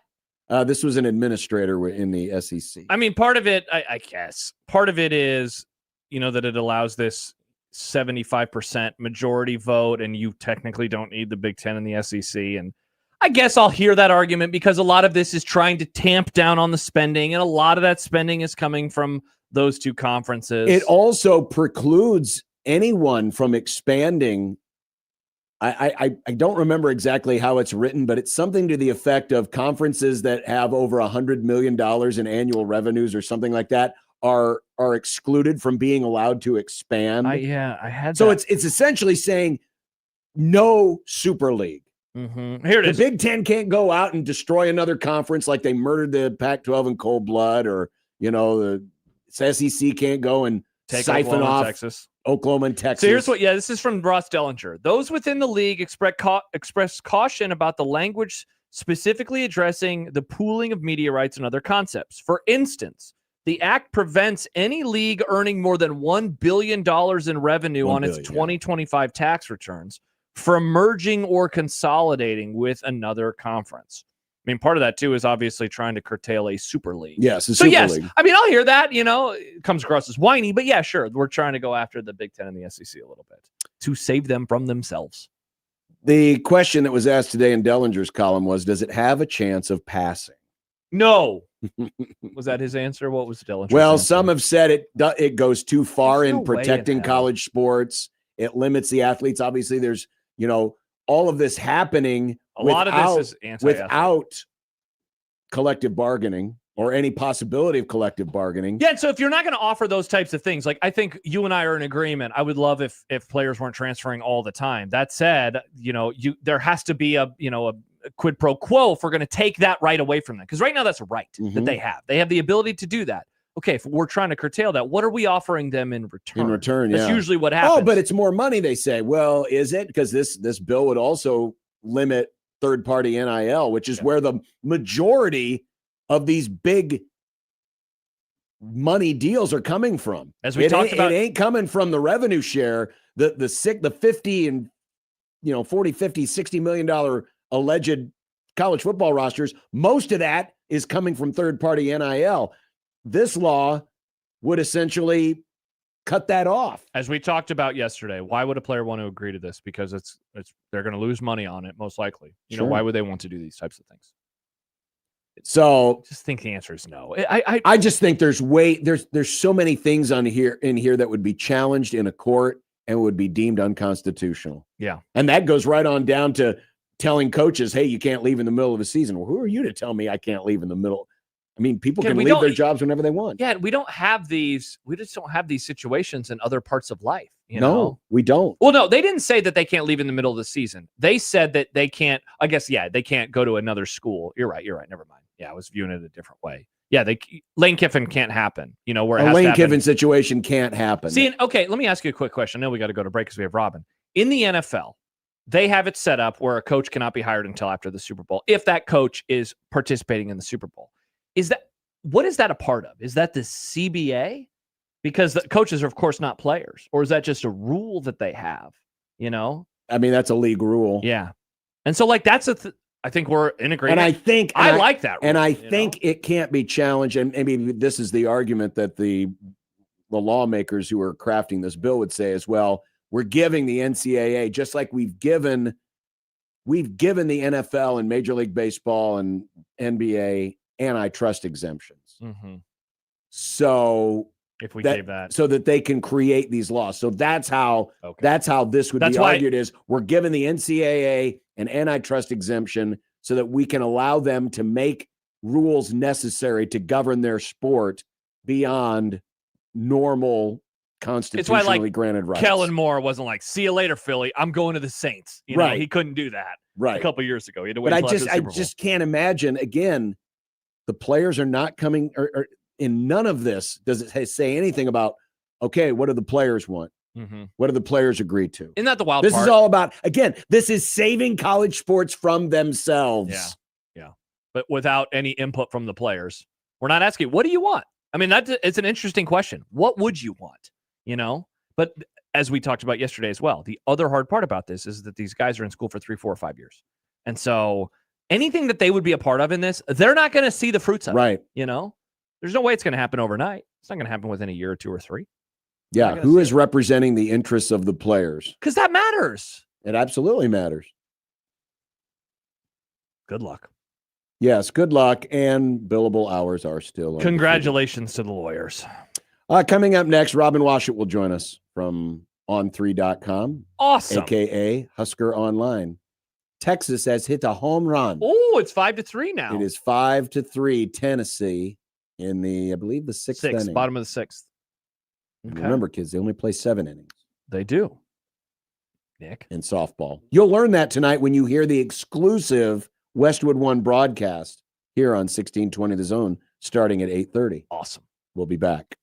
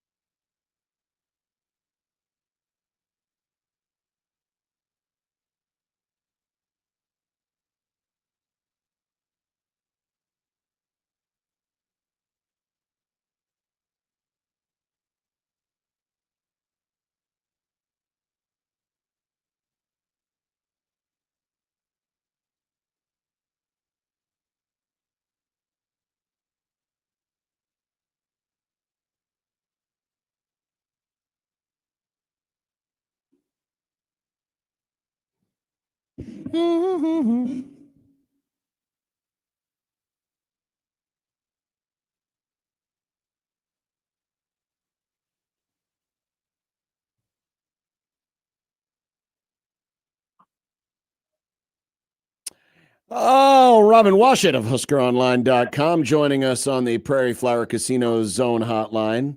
Do you kind of feel like the odd man out right now? Great question. With all this other stuff going on, the team on your beat is in the quiet season right now. And, of course, football's in the offseason. Maybe so, but I am enjoying every second of it. Good. A lot of work carrying the entire website there for a good 4 months. So it's nice to pass the baton and that responsibility off to some other people for a change. Carrying the website on his back. He and Wildfire just galloping with the entire staff. Takes and columns. Can you imagine game Sip? previews? Imagine Sip. No, he's going to 11 on 11 or some whatever, or 7 on 7 or Elite 11. Elite 11. That's a Sean and Sip trip. They go to the Polynesian Bowl in Hawaii and 11 on 11 or 7 on whatever. Elite 11 for LA. They get all those trips. And meanwhile, I go to Oklahoma City and Houston. Hey, those were good places, though, Robin. We had a great time in OKC and no Houston. Complaint. There were a lot of fun times had in those places. I don't know how much fun you can have watching 7-on-7 drills. To each their own, I suppose. To each their own. Robin, let me ask you this. We were kind of wondering about the athletic department as a whole the other day and where this calendar year has ranked for the university since the turn of the century. Because while nobody yet has won a national championship, you have a lot of teams that have, in the case of men's basketball, they did something they'd never done before. They made it to the second weekend. Softball's at the Women's College World Series. Baseball hosting for the first time since 2008. I mean, it's funny that the biggest disappointments might be volleyball, even though they were undefeated until the Sweet 16. And then, of course, Nebraska football. Since you've been covering the program, is this collectively the best the athletic department has ever done for a school year?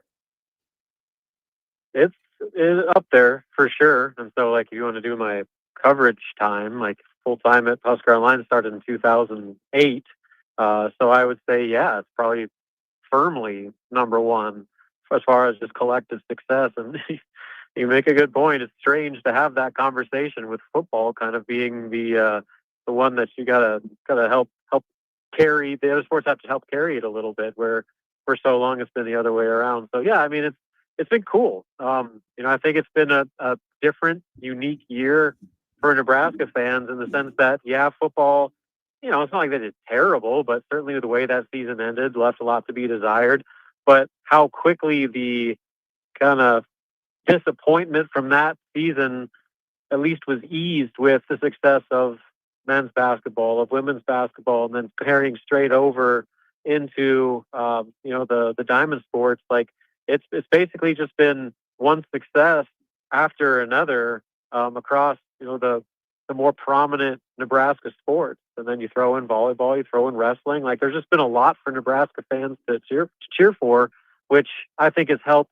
Like I said, kind of put the frustrations about whatever's happening with football and the expectations there on the back burner. Whereas normally, it's full steam ahead into football off-season talk, where now that's kind of been a secondary story for a while now. Mm-hmm. I know we've had these conversations in the past, but it will be interesting to see when we get to next fall how the fan reaction is, because there's been such winning across a lot of different sports, and of course the fans have always traveled very well and have supported very well. This isn't like the mid-90s when volleyball had its core of 4,000 fans, and baseball was just getting going. It's now become more of a statewide thing that people will follow the softball, they'll follow the baseball, obviously follow the volleyball, follow the basketball teams, and what their success will do to the fan mentality next year for football. Well, I mean, I could see an argument on both sides. One, people would say, man, you better be good because all these other programs are good and you can be too. Or it's Well, they're not as good, but at least the other teams are. But we got volleyball. I'll just Yeah. pay more attention to that. Or, hey, when does basketball practice start? It will be interesting to see if this success continues, how that affects the mindset of the football fan. Yeah, and I think both of those perspectives can be true at the same time. And I honestly don't know which way is more preferable for football. I mean, like, do they like having some of the pressure and microscope spotlight taken off of them and put on to other sports that are having, great success, and kind of let them go about their business and, stay relatively in the shadows compared to, how it usually is around here? Or, I mean, since it is the front porch sport of your university, like, do you want that? Like, is that how football's supposed to be with that type of pressure? And if that pressure is not there, is that a good or bad thing? So, I mean, I think it's all relative in however you want to view it. But I do think that both answers, you can make a case, are correct. Like, I think it's healthy for the fan base to have other things to focus on and cheer for and feel good about, to where it's not all directly tied to football success. And if they win, everything's great. And if they lose, it's the end of the world. I think the other athletic success helps alleviate that a little bit. But at the same time, football at Nebraska is football at Nebraska. If they want it to be their centerpiece of the entire athletic department, university, and then state. And, with that comes pressure. And if, the expectations start to fall and the optimism and excitement starts to maybe go down a few ticks compared to previous years, like, is that also considered a good thing? So I don't know. It's an interesting discussion, and I too am curious to see whatever happens with football season, just how it's received this year, coming off all that's happened between last season and this coming season, and just what the reception is one way or the other. Robin, you guys are closing in on your finishing touches on the spring reviews that you've done for all 12 of Nebraska's opponents. You, Sean, and Sip have all handled the various opponents. What have you learned, with these rosters that have obviously had a lot of changeover? We have been talking about how tough this schedule is well before the offseason even began. So as this project has come to a close, what has stood out to you if you've taken a look at the opponents on the schedule? Well, it's interesting because, you talk to various beat writers from different teams, and they all have completely different perspectives of where their programs kind of stand in the hierarchy. And, you talk to Ohio State and Oregon and Indiana, like, those conversations are a whole lot different than Rutgers and Maryland and Michigan State. And what's interesting to me is just kind of how Nebraska, there was a time when they were kind of grouped in one tier where, like, the Rutgers and Minnesotas and those of the world would view Nebraska as in the same conversation as Ohio State, Oregon, Michigan. Now, like, Nebraska is being discussed in that kind of second tier where, like, Michigan State writers are like, well, if we can win 3 out of 4 between so and Nebraska, and that's not in that upper tier, it's like that middle of the pack. It kind of gives you an idea of just how Nebraska is currently viewed in the Big Ten, where they are no longer being viewed as like this challenge like a Ohio State, Oregon would be, but more kind of in the realm of, a Minnesota, Michigan State type of team, where, like, they've kind of moved into that coin flip game with teams that Nebraska at one time would kind of perceive as should be wins going into the season. The first few TV games came out yesterday, 11 a.m. for Ohio, 6 o'clock and 6:15 for Bowling Green in North Dakota. And then the Iowa game will be at 11 a.m. on Black Friday. And we already knew, of course, the Illinois game. We always have takes on the kickoff times. Did you have any special takes on the times that were announced yesterday? I mean, I like it. Like, I like to get in the game right out of the way, right out of the gate, like the 11 a.m. kick for Ohio. Like, let's get it going. Like, we don't have to sit around and wait all day. But then having 2 night games, like, that's good for the fans. Like, to have, that sort of, night game schedule where people can do their proper tailgating and all that stuff for 2 weeks in a row. And then also, I think playing those games at night is good for recruiting because it allows a wider window for prospects to make their way to Lincoln, especially those that play the Friday night before. 11 a.m. games are so hard to get to for most kids. Having back-to-back 6 o'clocks gives you a much better opportunity to just host players. And then also, I think when you play, a North Dakota or a Bowling Green, like having those games at night adds a little more juice to it, where you kind of avoid the sleepy 11 a.m., sit on your couch and maybe take a nap type game. That's gotten in Nebraska in some trouble over the years. Just getting the night game buzz and uptick in energy from the crowd can only be a good thing for those types of games. And then, last but not least, finally Nebraska, gets to go to Iowa City for a sleeping 11 a.m. kick rather than having to go there for a night game. That's such an advantage. Play anywhere at night, but especially in a heated rivalry like that.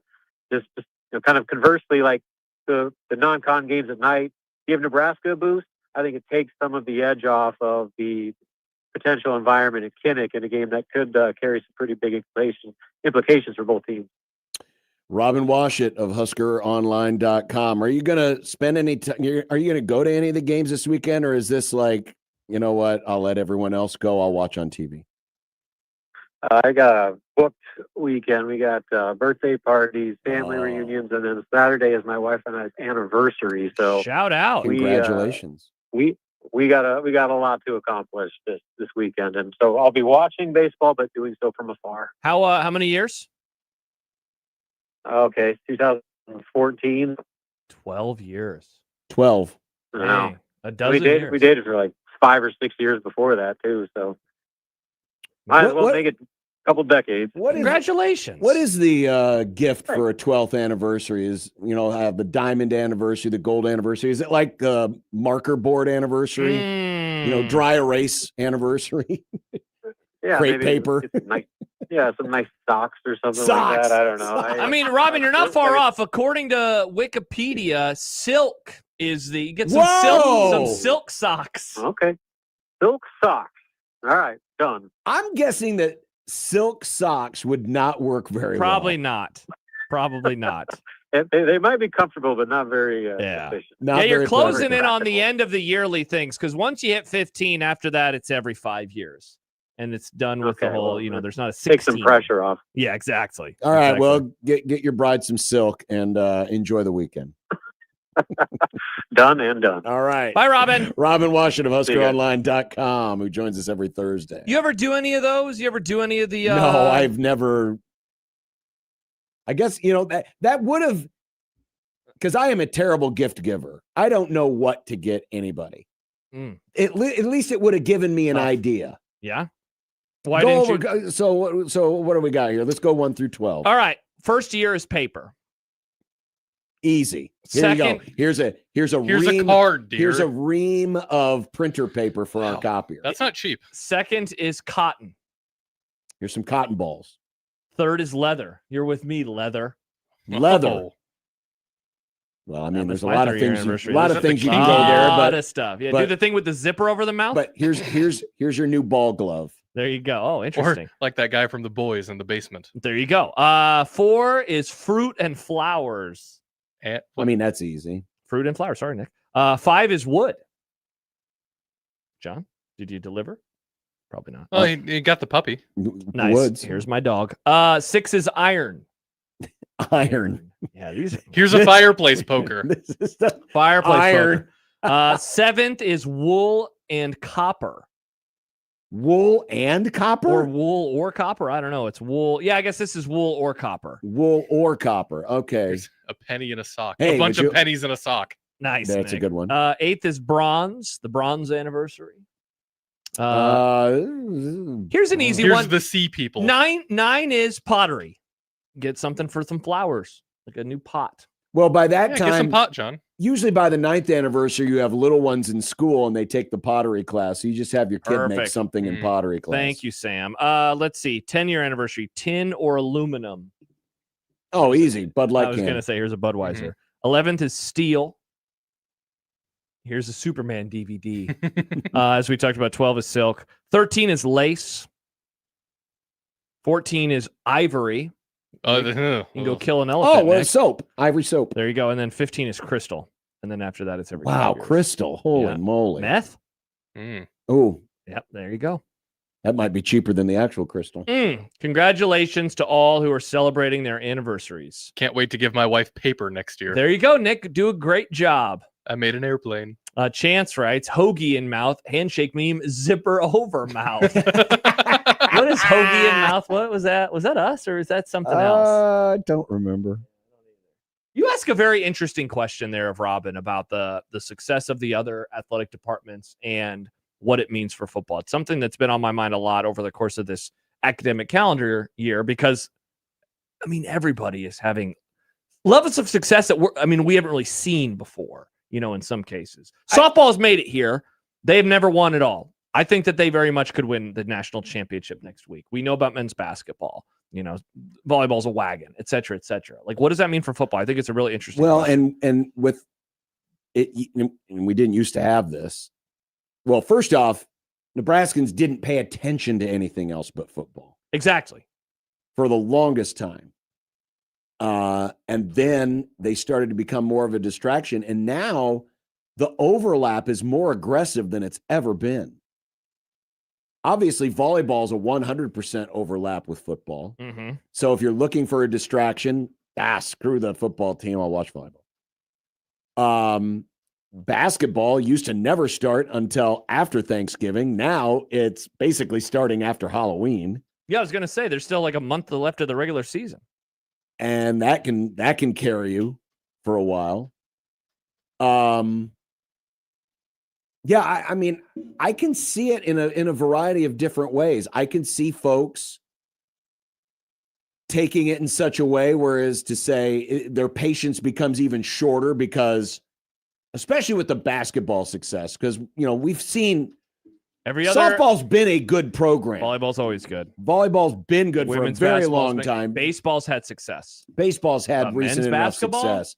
But with men's basketball and the patience shown to Fred Hoiberg, now obviously some people have taken it in one direction of, well, see, that means you got to show patience to Matt Rule. They have. Others have said, well, come on. If we can win with a quote-unquote underfunded basketball program, how the hell can't we win with an underfunded or, well, some people think overfunded football program? So I can understand the impatience. But, and I think Robin brings up a good point, the potential for apathy to set in because you have so many other distractions where it's like, football sucks again. Oh, well. At least the other stuff's starting. Basketball team's playing on Wednesday night. I'll go watch that. Volleyball's getting ready to host another NCAA tournament. I'll watch that. It's a fascinating conversation. It very much is. By the way, hoagie in mouth, that was one of our former bosses. That was imaging. Thank you, Chance. I forgot about that. Hoagie in mouth. Well, speaking of football, we might as well get to 100 days to college football with a variety of different things, including has the Elite 11 actually been elite for Nebraska? Ooh. They have another one of their recruits competing this week the in the Elite 11, all right, of which Sip and Sean are going to be covering. Awesome. While the rest of us are watching baseball and softball. By the way, Tennessee gets the dub over Texas. We'll explain that and have more, including the SEC is great, and they're not afraid to tell you on 1620 The Zone.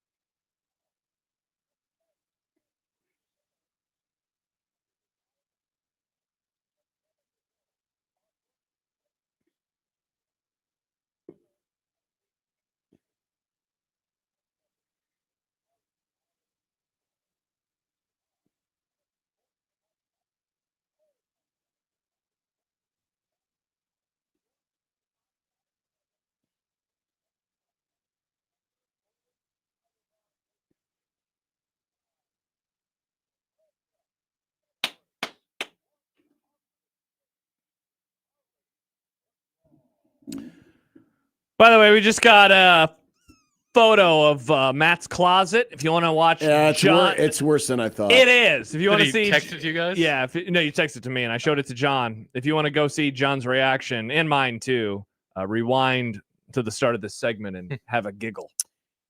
I can't wait to see it. It's tough. Oof. So, as we talked about yesterday or 2 days ago with SIP and a little bit ago with Robin Washut, the Elite 11 is going on this weekend. And once again, Nebraska has a player who is in the Elite 11, Trey Taylor. But I saw this today in Sean's 3-2-1 column. Having a recruit or a future quarterback in the Elite 11 hasn't necessarily been good for Nebraska. I mean, if you think about it, how many great quarterbacks has Nebraska had in the last 20 years? Yeah, not to like step all over this research, but that's the point, is their quarterbacks have been bad. So like, yeah, I'm not surprised that the Elite 11 guys haven't been good, but when all the quarterbacks are bad, of course, the Elite 11 ones haven't been good either. I forgot about this guy. Brian Hildebrand? Yeah, me too. Brian Hildebrand was in the 2003 Elite 11. So he would have been a backup to Zach Taylor? Yeah, I do not remember him at all. Yeah, me neither. Of course, there's Harrison Beck. I was really excited for him. And his jam band. Oh, my gosh. Nick, you would have loved Harrison Beck. Yeah. Emo Screamo band. Yeah. Oh. Yeah. He left, of course, his teammates didn't after respect him. 2006. Yeah. Sounds Josh like they didn't respect Freeman. good music. When he was in the Elite 11, he was a Nebraska commit, and then famously he flipped to Kansas State. And then Blaine Gabbert committed 2 years later. And he came on this very show and told Kevin Kugler and Michael Severe, don't worry, I won't pull a Josh Freeman. And then you know what he did? Pulled a Josh Freeman. He pulled a Josh Freeman. He was the MVP of the Elite 11 camp when he was a commit to Nebraska and then switched to Ole Mizzou. Nick, go search Josh Freeman in the system and see if we still have that drop. I'd be stunned if we did, but God, it's so funny. Don't worry, I won't pull a Josh Freeman. Two quarterbacks that made it to the NFL that Nebraska at one point had committed on their roster. Both of those guys were pretty good. Oh, bummer. No. Took a few years off, but then 2012, Johnny Stanton. I forget. Was Johnny Stanton the one who had that horrible injury in high school and they had to helicopter him out of the stadium? He had like a nasty concussion. I think that was his senior year. Yeah, his career didn't turn into what it was supposed to. 2015, Patrick O'Brien. Friend of the Grum, Patrick O'Brien. Old Pob. Paul. Who left after the spring of 2018. 2019, people forget that Jeff Sims was an Elite 11. The Arizona State MVP, Jeff Sims. You ready for a dumb stat, John? He was a 2019 Elite 11 quarterback. He just finished his college career in 2025. Incredible. Yes, exactly, Nick. Dylan, of course, was an Elite 11. Now, Nebraska does have two quarterbacks on the roster who are Elite 11 alums. That's Danny Elite 22 Kalen if from you add. 2023 and T.J. Lateef. But as you've seen through the history, hasn't really worked out. It hasn't really worked out well. Now, that doesn't mean that just because Trey Taylor's Elite 11, he's going to end up, being another asterisk on this list, because some of these guys never even showed up to Nebraska in the first place. Yeah. I mean, again, the but problem... it just shows that, it's been difficult translating whatever success you want to classify it as being an Elite 11 quarterback to being an elite college football player at Nebraska. We often make reference to this old segment we used to do called Hits, Misses, and Guys. And for those who were not around in the days that we used to do Hits, Misses, and Guys, what it was looking at every player that Nebraska had signed, starting with Bo Pelini's first class in 2009. I think we stopped doing it around the Scott Frost era, probably. And we tried to grade each signee on a really tough scale. Hit, all conference caliber. Miss, transferred away or never really contributed. And that was back in the day when not everybody transferred, so it was a lot easier. And then guy. And a guy was someone who Started games, but never really took big steps. Wasn't all conference caliber, et cetera, et cetera. And one of the things that this research showed a lot, John, was that Nebraska had an issue with the 4 and the 5-star players and turning them into hits. The players, how did you always describe them? Like with the better raw materials, the guys that should be further along, those players, you need to be hits because in theory, they come to your school ready to go more than a 3-star, more than a 2-star. I think this really fits into that discussion because if you are an Elite 11 quarterback, you are a 4 or a 5-star quarterback.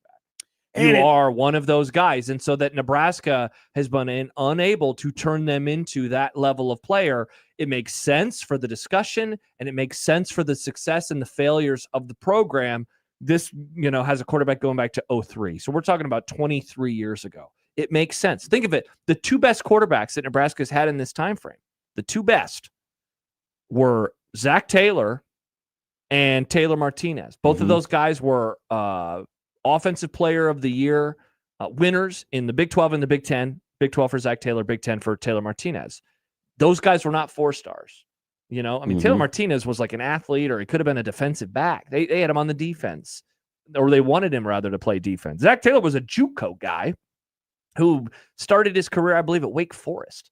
So those were the guys that were the best. But along the way, you wanted one of these dudes to be able to take that step forward. And certainly Dylan, it seemed like he was going to be the best opportunity to. And, he never did. By the way, Nebraska was that close to having 3 Elite 11 alums on their roster because you know who else was the Elite 11 in 2022? Minchie. Oh. Don't Minchie. Sad Husker fan says seems Elite 11 quarterbacks are overrated. Look, I bet that, so the hit rate on quarterbacks, whatever that hit rate is, I bet it is very similar for Elite 11. It's probably 50-50, and it's like that in the NFL draft. First round, draft pick. Elite 11 goes back to 1999. Pick a year, just pick any year, and let's look back. 2005 Elite 11. Well, John's doing this. I'm confused about. We're watching the Braves game, Braves in Boston. What's with the graphic? What's the Boston graphic? It's like gray. It says how many runs they have. No, the score bug. They just made Boston gray. It's all grayed out. No idea. Okay. All right, 2005. Of course, this is Josh Freeman's year. We all know what happened with him. He made it to the NFL. Pretty good. Here are some of the other quarterbacks. I'm just going to name them all. Neil Caudle, who went to Auburn. Okay, we're going to put him in the bad bucket. I've never even heard of this man. Pat Devlin, who played at Penn State and Delaware, later was an undrafted free agent who played with a variety of different NFL I know teams. the name, but no, we're putting him in the bad category. Zach Frazier, Notre Dame and UConn, undrafted. Yikes. We're 0 for 3 so far. Josh Freeman. That's where we're 1 for 4. Cody Hawkins. Colorado's Cody Hawkins. No, I'm not going to give him a good category. He was fine, right? He started, but not elite. He was not elite. Jake Locker. Jake Locker was a first-round pick. I thought he was overrated as hell, but he's a first-round pick. Mitch Mustaine. Whoa, from Arkansas? And USC. That's right. He did go to USC. Nah, he was not elite. He was very average. Kevin Riley. No, I don't know this man. I apologize to this man. I don't know who he this went to man Cal. Okay. Jevin Sneed. He was at Texas. And then transferred to Ole Miss. Ole Miss. That's right. He was pretty solid. But that's the list. Is there any more? There's 3 more. Okay. Are we going to get to the Isaiah Williams from Illinois? Yeah. Did he have a nickname? Scoop? Yeah, it was Snoop? Juice Williams. Juice. It was Juice Williams. The juice is loose. Oh no. But a good juice. Here are the final 2. Timothy Tebow. Yeah, he was good. He won 2 national championships, a Heisman Trophy as a sophomore, first guy ever to do it, and made it to the Heisman ceremony the other 2 years. And everybody get on your knees and bow down before Matthew Stafford. In the end, this is about a hit rate of 50%. So to answer the question, no, they're not overrated. It's the same hit rate as everything. You've got one bona fide NFL superstar. You have a Heisman Trophy winner. You have a couple of guys who were drafted in the first, a couple other guys who were drafted in the first round of the NFL draft. Yep. And there it is. Yeah, so 4 out of 11. Because like I consider the Elite 11 more of a college conversation, and so you have 4 or 5 like pretty good to really great college Mhm. guys. I mean, Tebow, forget about all the other stuff. He was awesome in college. He was awesome, and so yeah, I'd say that again. I think that kind of fits with all the other stuff. All right, let's pick one more year. What year it goes back to? 99. Mhm. Let's just do. I want to do that. I want to see what the first Elite 11 was like.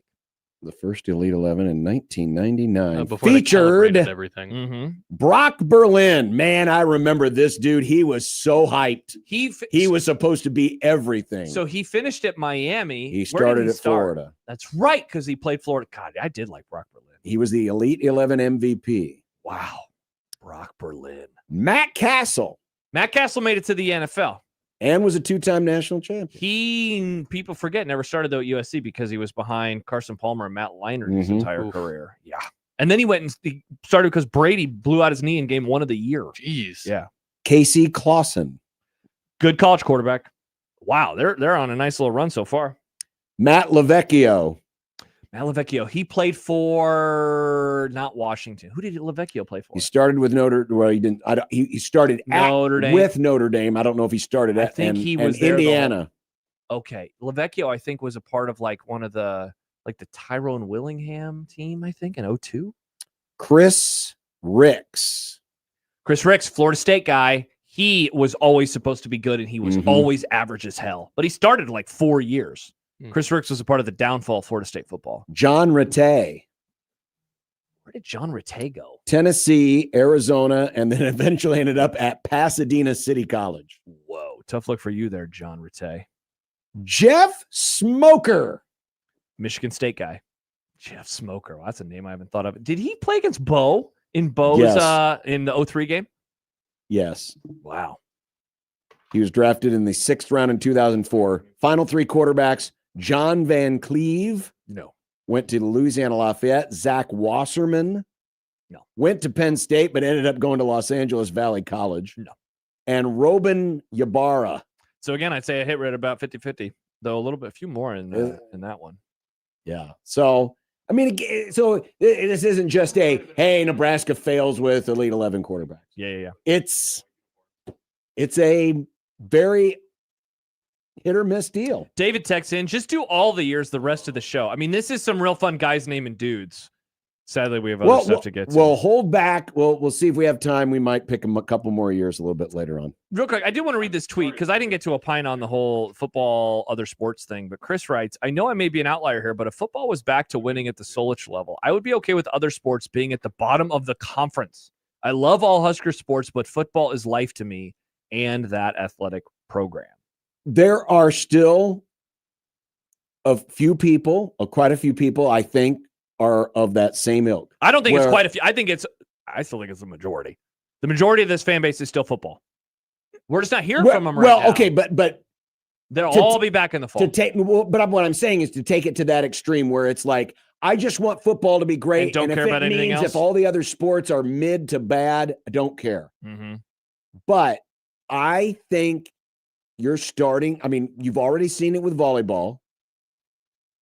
I think the longer this goes on, that's what you need. The longer this goes on, where the other sports are successful and football just continues to kind of meddle along, you're eventually going to get people who will be like, no, and that doesn't necessarily have to be a bad thing for football because all it will take is football to be good and people will just jump right back on. But for sure. If you're worried about things like donations and sellout streaks and things of that nature, that's where it gets affected. Because if people can say, well, I can just spend my money on volleyball. I can just spend my money on basketball. I can just spend my money on softball. I'd rather do that. They'll do that and do it at the expense of not doing it with football. I will say this. I think for 2026, at least, I think it's going to put more pressure on football success because I think, especially with what you brought up with basketball, with men's basketball, and it's kind of like the line from Iron Man. Tony Stark built this in a cave with scraps. Mm-hmm. Like that's what you could say about the men's basketball team. They got no NIL. They just went to the Sweet 16 and they were a few minutes away and one extra guy on the floor from going to the Elite Eight. Like football hasn't approached anywhere near that. That was a fun game in the last 15 years. No, it wasn't, Nick. And so I think it's going to put more pressure on him. But you're right, probably over time, maybe not so much. Thanks to Burnlaw, Stanton was from California. He transferred to UNLV. Yes. He was the guy who played fullback in the NFL. Yeah, Kenny pointed that out too. Zach Darlington was the quarterback who got airlifted out. He had a nasty concussion. Yeah, that was in that All-Star game, right? It was on ESPN. I thought it was a regular game.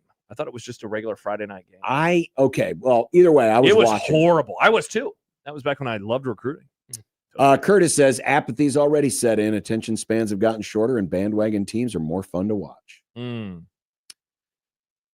Coming up next, I don't care. Awesome.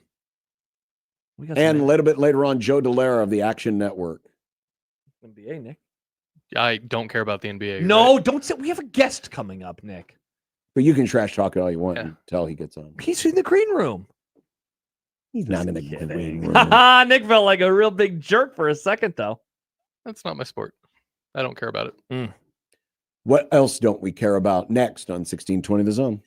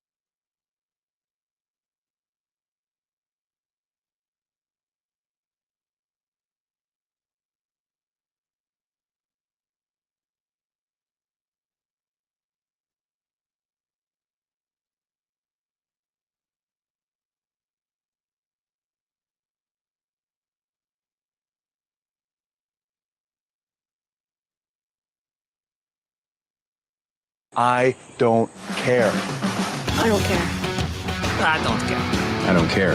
I don't care. I don't care. I don't care. I don't care. I don't care. You know, we don't ever really call for I don't cares from the audience, but I got one this morning. Oh, Brian from Bellevue wrote in, I don't care that Travis Kelce has ownership in the Cleveland Guardians. That's a good one not to care about. It certainly doesn't affect me. That's true. Because if it affects Schaefer, it kind of affects me because I talk to Schaefer about Cleveland baseball sometimes. I have two I don't cares. Yeah, but your eyes probably glaze over No, as I he's know talking about the bullpen or Good something. luck You're to like, the- yeah, I don't care. I guess that's true. I got two I don't cares. The Habs went down last night in embarrassing fashion, 3-0. They're now down 3-1. I don't care about the NHL if it's going to be another warm weather Stanley Cup. I'm going to boycott this thing. I ain't watching. I don't care. I'm so sick of this garbage. I don't watch hockey to see Carolina and Florida, whomever it would be. Vegas. Vegas. Come on. They can't even have ice out in Las Vegas. That's and then true. Tampa Bay had a nice little mini dynasty. I am tired of it. Get out of here, hockey. I am so done with you. This sport should be embarrassed to allow all these Southern teams to win championships. It's turning into ridiculous. college baseball. It the sucks. South will rise again. I hate it so much. I don't care. there is something really funny about a city literally in the middle of a desert being so good at hockey. I cannot stand it. I and cannot stand it. and as one who is basically a citizen of Las Vegas. True. Now, granted, when I'm out there, it's during the cooler weather months. And windy. But I can't So imagine Underrated win. people going and dressing up in their hockey sweaters and everything, and then Ah. go outside. It's Uh-huh. 115 degrees. Uh-huh. Like, ah, my God, I'm melting. It's I don't like it. incredible. I don't like it. Of course, for the fans, it's great because they can go inside and it's nice and cold in there because it's got to be for the ice. It has to be. That's true. I have to bring a hoodie. I don't care that Arkansas athletic director Hunter Yurachek is concerned about the welfare of his student athletes. Did you see this? Did you hear about this? Oh, yeah. He put out a statement yesterday after the SEC schedule came out and wrote, I am extremely concerned and displeased about the recent released kickoff times for our football program in consecutive weeks this September and the impact it will have on the well-being of our student athletes. ESPN has set our game at Utah for 9:15 Central Time on September 12th. We anticipate returning to campus at approximately 6 a.m. on Sunday, September 13th, followed by an 11 a.m. home kickoff against Georgia just 6 days later on September 19th. And then it goes on and on and on. And later it says, I will not quietly accept it for our program. Guess what they're not doing? They're not changing that. Nick, do we have the new drop that John sent in earlier today? We do. Let me move it to a thing so it doesn't stop the music. That's what the money is for. There you go, Hunter. The money is for you. That's idiots. what the money is for. That's why you're getting paid gobs and gobs and gobs of money so that your TV partners can tell you when and where you play. Well, maybe not where, but when you play. He's being a moron. He's being a moron. We're being fair, folks. Also, it's we like a didn't week accept, later. We didn't accept this nonsense when Matt Rule was complaining about it. We're definitely not going to accept this. They're not making you play on back-to-back days. Yeah, it's not even like a Thursday. It's not a Friday. It's a Saturday. It's a Saturday and a Saturday. It's late and early. You'll be fine. Nick, do you have one? I do. I don't care about Bowie Knife 99. Definitely. Me too. And I know what you're asking. What is that? Is that David Bowie coming back from the dead with a knife from 1999? Forza Horizon. Yeah, a while ago. Yeah, he died a long Like time. 10 years ago. Yeah. We Forza talked about it on the show. Did we? Yeah. I never was a Bowie fan. Okay. Forza Horizon 6 is a racing video game that just came out, right? And when they released it, there's a bug with the AI drivers to where they're driving really aggressive and kind of ignoring the laws of physics, and they'll ram you and they can just drive in ways that they shouldn't be able to. One of those AI is called Bowie Knife 99, and it's become this huge meme, online. Even MLB is making posts about it on Twitter about Bowie Knife 99. Yeah, for sure. I don't want them to fix Bowie Knife 99. I've raced against this AI. It's annoying, but it's really fun, and I think it's brought the community together in a way to rally around this dumb AI. I don't care either, Nick. I know you Good don't. one.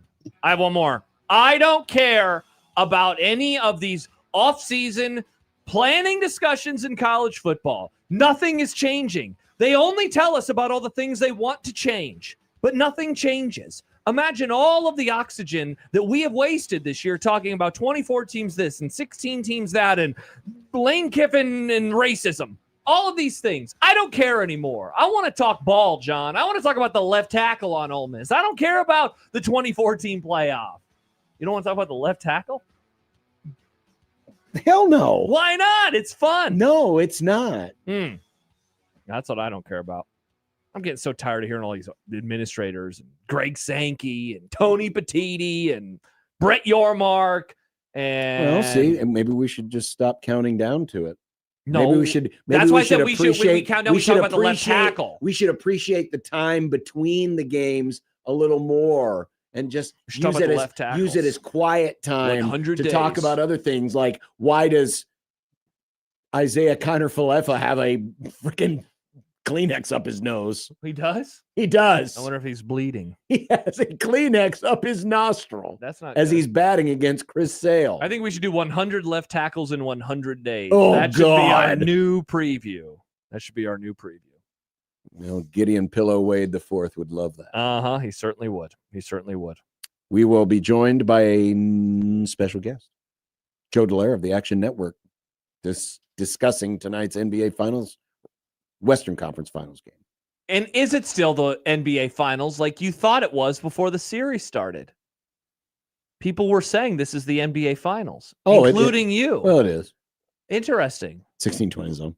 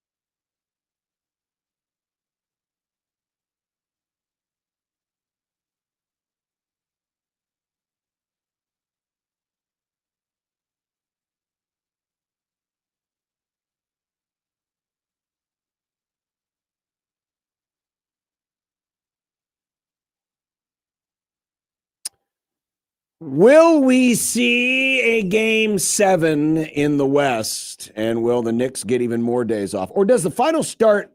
The finals have a Wednesday. Starts Wednesday. Right. So I guess it really doesn't matter, except for the fact that they would have another game of wear and tear under their belts. Correct. If they were to play a game 7.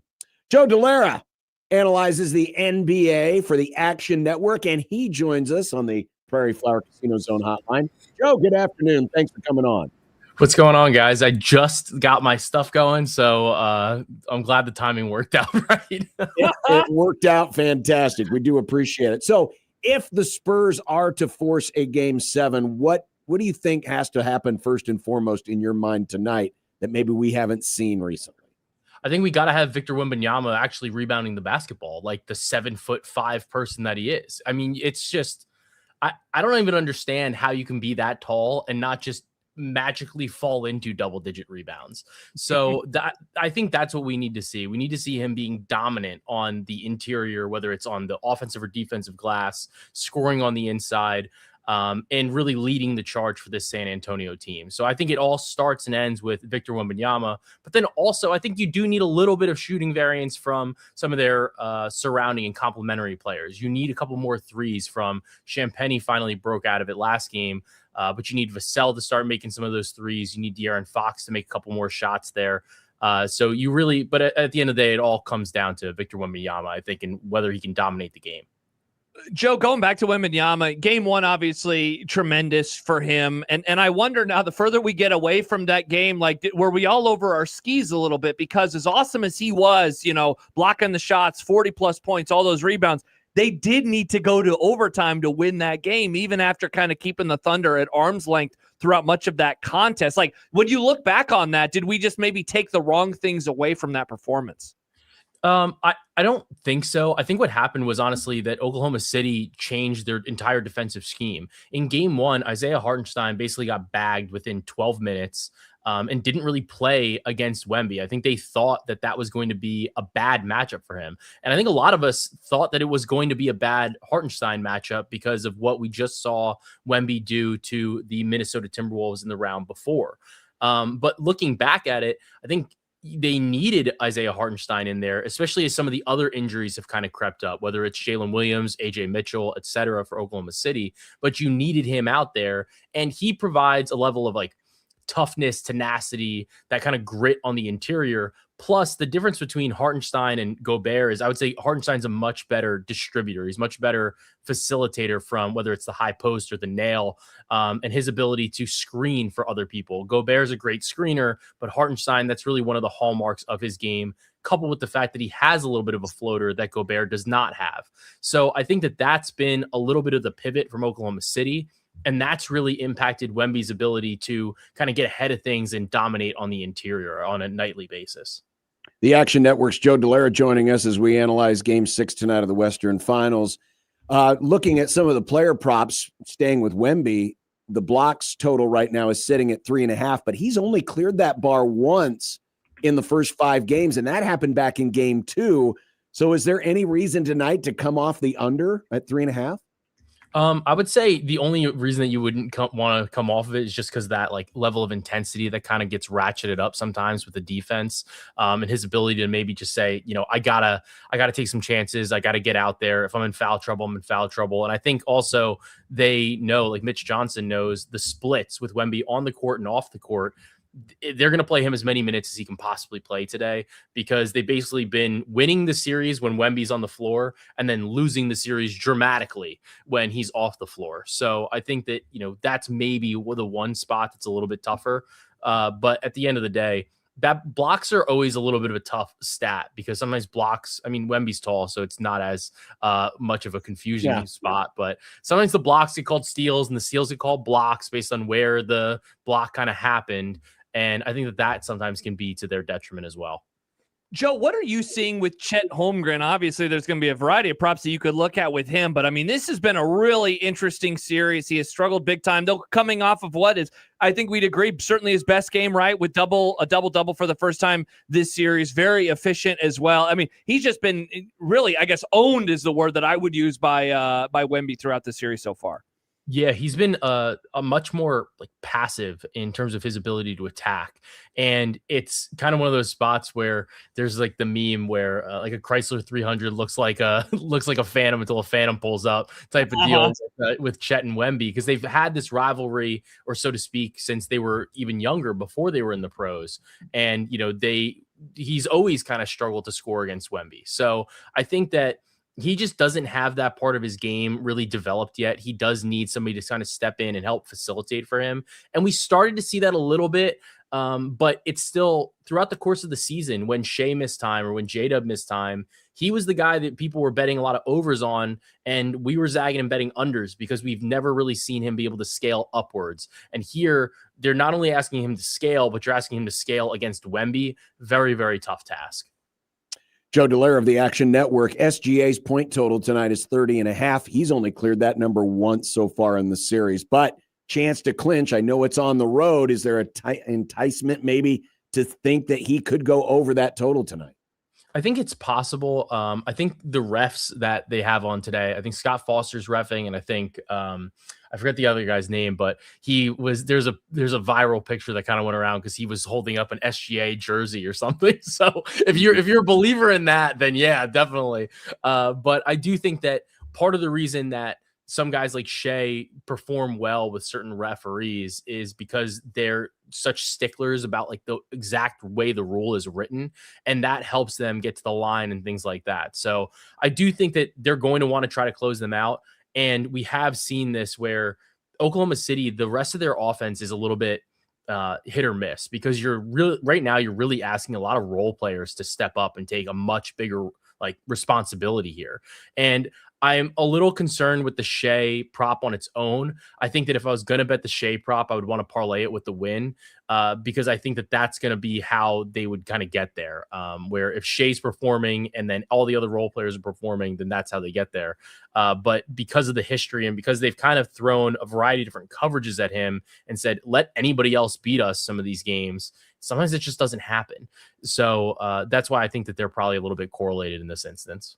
Joe, when we had you on last time, we were, of course, talking about the Knicks. You're a Knicks guy. I'm curious as to like what you are hoping for with this, because, and by this I mean the Western Finals. Like I think the normal thought process would be, yeah, go to Game 7, bang each other up a little bit more, et cetera, et cetera. But with so much time off for the Knicks between Game 4 of the Eastern Finals and Game 1 of the NBA Finals, is there a world where you're kind of like, actually wouldn't mind the Thunder closing it out tonight, so then they have a similar rest advantage going in? Like, what are you thinking about that whole, I guess, rest versus rust conversation that I know we're going to talk about a lot over the next 6 days? Yeah, so I mean, I think that we've seen it kind of play out where New York came out a little bit lax in that Game 1 spot in the first half anyway, and they obviously came roaring back. But I think that having had that long layoff, you kind of now know how to deal with having another long layoff back to back. So I think that it's important. I think that I would prefer as a fan to see this series go 7 so I can watch a Game 7, but then also for the rest spot as well. New York's going to be traveling to either one of these teams. And I mean, you hate to kind of say like you'd rather play the Spurs, but I think you would rather play the Spurs. I think they're not as deep of a team. They have Wemby, but we are seeing certain things kind of being pulled back or certain things pushed at by Oklahoma City. And if a series goes longer, you're going to see more of that. And you're going to see more miles put on Wemby and that like really young team that's never really played this deep into a season. They've never played this many games ever, really. So I think that that's a notable thing as well. So looking at it from that perspective, I do want a Game 7. I think it gives us more things to see. It gives us more of an opportunity. And then also it's a 4-day rest, but for if there's a Game 7 for these other Western Conference teams, that's not like a real 4 days rest. If it's the Spurs, especially, you're traveling back home. There's so much media. Like, you want that Game 7 for them because they're just not going to be in like a real rested spot. It's going to be harder to get a lot of the tape in. It's going to be harder to get the scouting reports in. New York's got plenty of time. They've gotten to be able to rest up. They've got to look at a bunch of tape, I'm sure, on both of these teams. They're going to be in a better position, I think, going into the finals. Joe, I want to ask you about the Knicks because we've had a lot of fun debating them around here. Just given it's not that they're winning, but that they are bludgeoning these teams, and like we can look and say, the opponents maybe haven't been as tough as what either the Thunder or the Spurs have had to go through, but those teams are also not running their opponents off the floor like this. Like I wonder how you are maybe applying that to a power rating, or how you are viewing it now against whomever the next opponent is going to be, because they're doing stuff that we haven't seen in the NBA playoffs before. This stretch of 10 or 11 games winning by the number of points that they are. Yeah, and I mean, candidly, outside of this Western Conference Finals, I don't think that the road that either of these Western Conference teams has been particularly difficult. I mean, if you look at what Oklahoma City did before, you're playing the Phoenix Suns playing team, and then you're playing the Lakers without Luka Doncic. So you have that matchup. And then on the flip side, the Spurs, they're playing the Portland Trailblazers, who were another play-in team, who I don't think that they're particularly a great team. They're gritty, they fight you hard, but that series even got extended. Then they played the Minnesota Timberwolves with some hurt version or missing version of Anthony Edwards, no Dante DiVincenzo, a variety of different injuries. And then obviously this Western Conference Finals, huge clash. But yeah, I don't think that you can really say that either of these teams individually, that their paths are significantly more difficult outside of the conference finals than the New York Knicks. Joe Dallaire of the Action Network. Joe, are you looking at any other game props or wagers tonight that look really good? Yeah, so I like Alex Caruso over 9.5 points. I think it might have bumped to 10.5. But either way, we'll see if Jalen Williams plays. I haven't checked the injury report since we hopped on here, but I don't think that there's been an update just yet. But either way, Caruso's been incredibly important, one of their highest players in terms of all the advanced metrics in not only this series, but the postseason. And aside from the game 4 kind of blip where he didn't really play a lot of minutes, got into a decent amount of foul trouble, but Oklahoma City kind of got their asses handed to them a little bit there. I think they just kind of bagged him up, and they were like, "You're too important. We're not going to risk you getting hurt in this game. Forget it." He's blown by this line in every other game. So I like Alex Caruso over the 9.5 points in the spot. I think it's a good opportunity for him. And we know that he's just kind of always on the floor. And I think if you wanted to parlay it with anything, I like his steals plus blocks as well. I like the combo stat there. He's just all over the place defensively, covering everyone. It was a play that I was on last game. I think that's still viable, or at least usable as some sort of parlay piece tonight. Joe Dallaire, the Action Network. Joe, we appreciate it. Thanks. Enjoy the game tonight. All right. Thanks, fellas. Good talking. Thank you, Joe. Joe joining us with the Prairie Flower Casino Zone hotline. Nice job. Good work behind the scenes there, Nicholas. Thank you. You done good. Mm-hmm. So coming up next in the happy hour, we got the kickoff times. Mm-hmm. But how good are these first 3 weeks of games? We're going to use the GAC rating system. Good, acceptable, or crap. That word makes me want to gag. I don't know why. No, it's GAC. Not gag. GAC. GAC. Gag. GAC. Gag. You saying Pam or Pan? Pam. Pan. Pam with an N? 1620 the zone.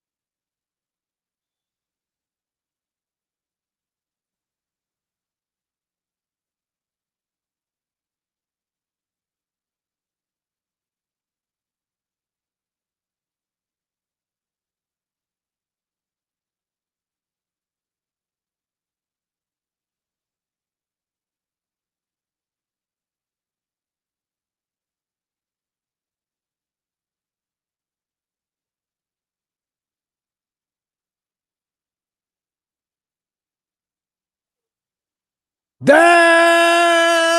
happy hour.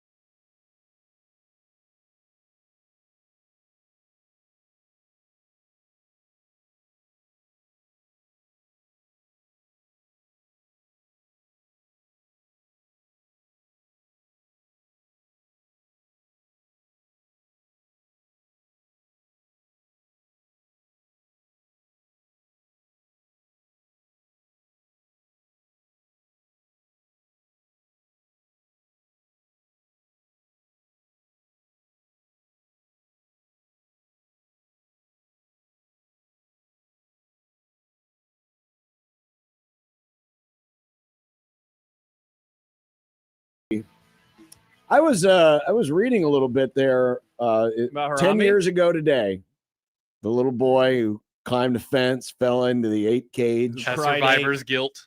He better. Wow. Do we still not know who this person is? I don't know. I've never looked it up. I'm on the wiki page, and there's nothing listed. Wow. But I did want to. Oh, here it is. Isaiah Dickerson. Oh. I'm just going to read this one entry because remember where we are. We're in the year of our Lord 2016, a fine year, with the exception of the death of Harambe. A couple other things weren't great either. Yeah, that's true. Games 3 and 4 of the World Series, we choose not to remember those either. Isn't that when Romo got hurt? Didn't you get Dak in 16? The shooting was criticized by celebrities, including Ricky Gervais, Brian May, and Piers Morgan. Donald Trump defended the actions of the zoo during his 2016 presidential campaign, stating the zoo employees, quote, probably had no choice, although he said it was almost like a mother holding a baby. Yeah, I guess that would have been 2016. They would have had to opine. Classic. I'm not surprised. He always has the wrong answer to everything. Steve says, ain't nothing happy about this. Yeah, now we need to play the sad happy hour, Nick. The sad happy hour is on the air. So he's, what's he, 13 now? Who? The kid? Because he was he 3. was 3 years old. Yeah, he'd be 13. Man, that kid. I hope that he never tells that story to his classmates because they'll ridicule him forever. There's no way that, like, you take that to the grave. Yeah, I wouldn't want anyone to know. You'd probably move. Yeah. You know, it's like when a rumor is spread about you, you probably move out of the high school. He's got to move. I think he has to wait until literally everybody older than, I don't know, 6 at the time has died. And then he can finally speak his truth. So in like 100 years, he can finally talk? That wouldn't be 100 years. I know we have many creative people out there. Oh, thank you for complimenting But me too. In the Wikipedia entry under Harambe, there is a paragraph, comedic culture. Harambe karaoke should be in there. I mean, you can edit it, Yeah, John. you can literally just do that. it right now. All you have to do is provide sources. We have sources. Yeah, just link the YouTube video. Yeah. Do you know how to type HTML? I haven't done that. I think you even in a have to do long that time. anymore. They've made things easy. Oh, really? It's been a long time. Yeah, you can do it, John. Well, I would rather have someone else do it. Okay, fine. Somebody else should do it. No, We have it on YouTube. Yeah. All right. Anyway, rest in power, Harambe, 10 years ago today. Wow, so we did this assignment, and I did it terribly. I did not understand what you wanted us to do, but I think I can still adjust on the fly. Well, no, yeah, because we're just going to do Audible. this on the fly. So I was curious. I wanted to compare the first 3 weeks of the Big Ten and the first 3 weeks of the SEC. I thought you said it Power 4. Not Well, ACC, Big I don't 12? know if we'll have time. Okay, There's a lot of games. there are. Every game. A lot of games. Okay. Maybe next week we can take on the Big 12 and the Perfect. ACC. Perfect.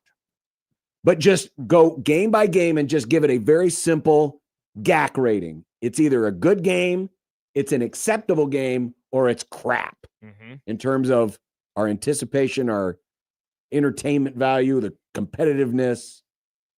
Okay. Just a very simple formula. Okay. So we'll start in the Big 10. San Jose State at USC.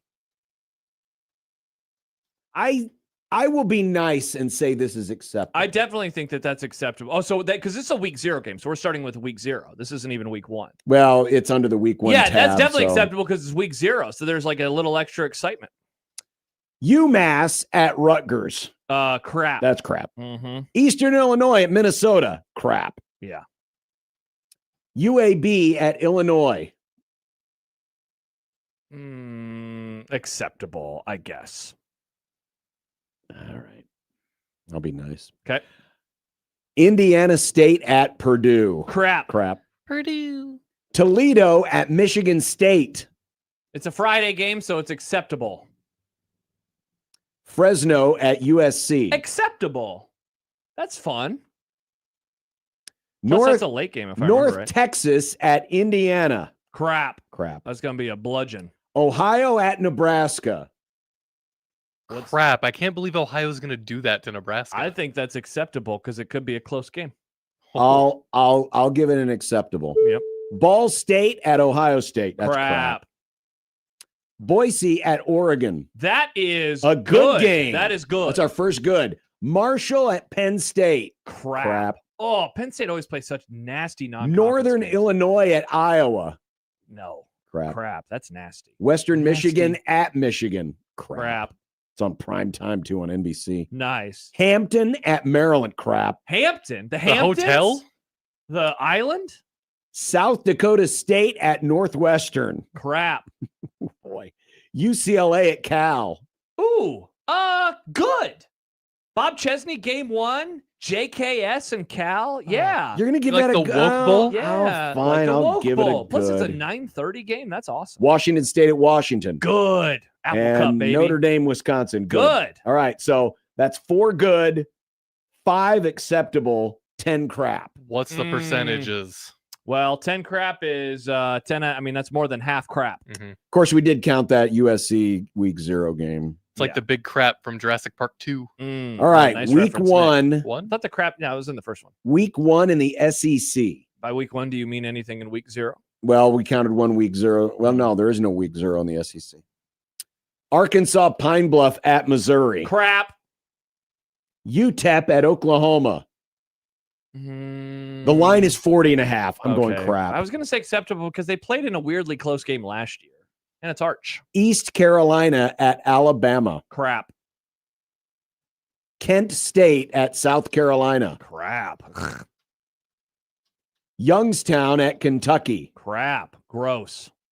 Tennessee State at Georgia. Crap. This is not good. No. Baylor versus Auburn. That's good. There's a good game. That was a good game last year. That was a Friday Furman night game. at Tennessee. Back crap. to the crap. Texas State at Texas. Crap. And by the way, to remind me to tell you about Texas State and Texas a little bit later on in the show. North Alabama at Arkansas. Crap. Ooh, boy. Crap. Missouri State at Texas A&M. Crap. Austin P at Vandy. Crap. Wow. These all suck. Clemson at LSU. Good. There's a good one. I mean, LSU should roll, but still. Monroe at Mississippi State. Crap. Florida Atlantic at Florida. Let's give 1 acceptable. I don't know. This is the one this is the hill you want to die on? 1 acceptable. See, now you're just grading on a curve. Did you be nice to your Oh, SEC? come on. We were being great. We were being a little kind to the Big Ten, What, too. with UCLA and Cal? We got Fresno State at USC. Calling that good? I mean, Yeah, I would that's say good. acceptable. Florida Atlantic at Florida. That's Okay, fine. I'll give it to you just to be. You were nice to me. I'll be nice to you on one of these. Louisville at Ole Miss. Good. So that's 3 good, 1 acceptable, and 12 crap. Wow. SEC, a horrible start. Horrible start. And real quick, we're only doing non-con, right? So we're not going to Yeah, do this any is just con- week 3. Okay. Weeks 1, 2, and 3. Because in weeks 2 and 3, there's going to be some conference stuff that starts. Well, we'll showing up. count those two because we're just doing the first 3 We're weeks. doing the first 3 weeks. Okay. So let's stay in the SEC now. Okay. Though this is a crossover. No, I'm sorry. Crossover. Sorry, it did not. Arbitrary. It did not change over. There we go.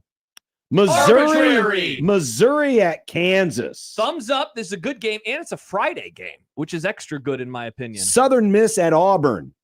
Crap. Southern Miss sucks now. They're not good anymore. This isn't 03 anymore, John. Southern Miss is terrible. I would say that's acceptable. Fine, acceptable. Oklahoma at Michigan. Good. Arizona State at Texas A&M. Good. Western Kentucky at Georgia. Crap. Alabama at Kentucky. I'm just gonna give that an acceptable grade. You got to grade the conference games on a little bit more of a curve. It's at Kentucky. Yeah, but Kentucky is terrible. Plus, they have a new coach now. I guess I would bump it up slightly, but okay. Okay. Mississippi State at Minnesota. State at Minnesota. I say that's good. Yeah, why not? Delaware at Vandy. Crap. Campbell at Florida. Crap. Yep. Sorry about that, Mike Minner. Towson at South Carolina. Crap. Tennessee, Georgia Tech. Good. That's good. Yeah. Non-conference. Ohio State, Texas. Good. Yes. Can we give that a great? Louisiana Tech at LSU. Crap. You're in on La Tech at LSU. Why? I was going to think acceptable. But why? Why not? Okay, fine. Wow, I thought you were the football pervert. I am. John's just trying to bump up the SEC right now. I can tell he's juicing over here. I don't He's think like so. Barry Bonds. He's I got don't the think cream so. and We the gave clear. a lot of acceptables. Yeah, because there was a Big lot of Ten. acceptable in the Big Ten. Sorry, John. I don't know about that. Charlotte at Ole Miss. Crap. Arkansas at Utah. That's good. Definitely. Yeah, there's no argument here. All right. 7 good, 3 acceptable, only 5 crap. Yeah, week 2 is a lot better than week 1. This Now- is arguable. Less crap. Big Ten week 2. We got some good stuff in week 10 in the Big Ten. The Rutgers Week 2 at of the Big Boston Ten. College. I will give that an acceptable. That is an acceptable for sure. Oklahoma, Michigan. We gave that a good. Good. Oregon at Oklahoma State. Man, I That's don't- a good. Okay, I was Now, gonna- last year was a not, but I'm excited but about Oklahoma it this State's time. good this Yeah, year. yeah. Or at least they're Wake Forest at Purdue. Crap. I know it's a. I'm gonna gonna give go that an acceptable? acceptable. I know it's Purdue, but at least it's power on power. Howard at Indiana. Crap. Thanks a lot, Cream Puff Kurt. Penn State at Temple. That's No, that's horrible. That's crap. Mississippi State, Minnesota. We gave that a. Do we give that a good? I think we you gave gave that a that good. a good. Yeah, we gave I think that a you good. gave that a good. Duke at Illinois. This was a good game last year. I'll give it to him. Okay. Eastern Michigan at Michigan State. Crap. Maryland at UConn. Crap. Wow. Maryland is going to UConn. Good Lord. Utah State at Washington. That's acceptable. Okay. Bordering on good. Utah State's been pretty decent. Bowling Green at Nebraska. Crap. I don't know, Nick. What do you think? Well, it has the potential to be really good. Yeah. There's like an acceptability about this game just for the lulls. I think this game needs The to lulls? What lulls? Well, that they lose? Is that what you're saying? in How some people's eyes. funny They would cancel- that be? They canceled Tennessee. They canceled Tennessee What to if it's lose to close? Bowling Green, John. That's poetic AF. I think it's acceptable, but that's just. I for think the- this game lives in its own like. See, that's the floating reason ethereal why place. it's not acceptable, because they got rid of a good game to give us this. Okay, I'm just trying to present an argument. I'm This- going crap. I think this game is either crap or good with no in between. San Diego State, UCLA. Acceptable. Western Illinois, Wisconsin. Crap. Ohio State, Texas. Good. Good. I saw Western Illinois last year. Horrible. Iowa State, Iowa. Good. Oh my gosh. always El good. Assico. All the time. Louisiana at USC. Crap. 6, 4, 7. So still more crap than good. And finally, week 3. What was that, Nick? 6, 6, 7. 4, Sorry, 6, sorry, 4, sorry, 7. Sorry, I missed it. I need to figure out where to put the 4 in there. Big Ten, week 3. Okay. Portland State. No at crap. Oregon. Get it out of here. I'm learning about a lot of new schools. I saw Oregon play Portland State in 2010 in person. It was a bloodbath. Akron at Minnesota. Crap. We remember Akron from last year. Woof. Yeah, they're horrible. Kent State at Ohio State. Crap. Didn't we already have this game? I think Ohio State plays Kent State a lot. Buffalo at Penn State. Crap. Seriously, Penn State's non-conference is terrible every year. Eastern Michigan at Wisconsin. Crap. Nope. That's on Peacock. Southern Illinois at Illinois. Nope. Crap. Nope. UTEP at Michigan. No. I saw UTEP. They stink. USC at Rutgers. Acceptable. Acceptable.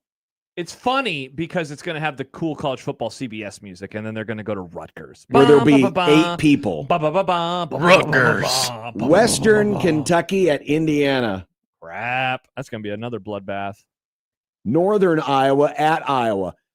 Can I make the argument for acceptable only because Northern Iowa always seems to give Iowa a hard time? Works for me.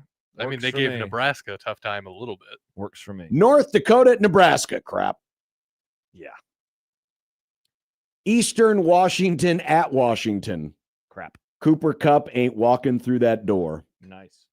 Colorado at Northwestern. I mean, it's definitely acceptable. Could you make an argument for good? Tiny Baby Stadium, Coach Prime. What if Colorado gets boat race? That's funny. Sure, All why right. not? We'll be really great on a curve. Good. Vatech at Maryland. Acceptable. Michigan State at Notre Dame. Good. That's fun. Purdue at UCLA. Acceptable. That's a 10 o'clock game, Central Time, by the Too way. good, 4 acceptable, 10 crap. And now the SEC. And now the final Well, you week. get that. I'll read this from Chance. Chance writes, the disappointment on my father's face when I told him the Tennessee game wasn't happening was when I decided I wanted Matt Rule to suffer. Wow. Yikes. Mm-hmm. It looks like it is a lighter week. There's a lot they of already teams. have idols? 10. Well, they might have some conference games. Oh, that's now. probably, yeah, that's right. I was going to say, I know they have conference games. Georgia, Arkansas. That's good. No, that's At acceptable. Arkansas? Arkansas's bad. That's acceptable. Arkansas will lose that Georgia game by 40. at Arkansas in September. Arkansas hosted Notre Dame last year in September, and I think lost by 50.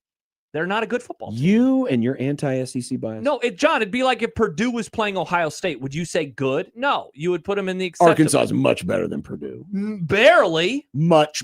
No. Purdue sucks. So does Arkansas. Not like Purdue. John, Purdue is the bottom of the barrel. last year, Arkansas football finished the season 2-10. They were 0-8 in conference. And they're still better than Purdue. Fine. Congratulations. They lost by 47 or 43 points to Notre Dame. Troy at Missouri. Crap. NC State at Vanderbilt. Oh, man. I mean, that might be good. I will give that a good. Okay. Kentucky at Texas A&M. Acceptable. I just don't think Kentucky. It's also a 1:30 kickoff. Weird. Love it. Florida State at Alabama. Good. I forgot that they were doing a home and home. Mississippi State at South Carolina. Acceptable. Those are bad teams. Florida at Auburn. I would put that in the acceptable, but I mean, they're. I put that in a good. Florida's not good, but okay. They got talent. They do. LSU Ole Miss. Good. Great. New Mexico, Oklahoma. Who's that? New Mexico, Oklahoma. No, thank you. Kennesaw, Tennessee. No, thank you. UTSA, Texas. No, I don't know. Maybe acceptable. That's crap. Okay. I was trying to be nice to your lovely conference, Joe. Nope, it's crap. 4 good, 3 acceptable, 4 crap. There's a lot of crap in the first 3 weeks. And that's just in these 2 conferences. There's a lot of crap. But honestly, there's a little bit more good here than I would have thought.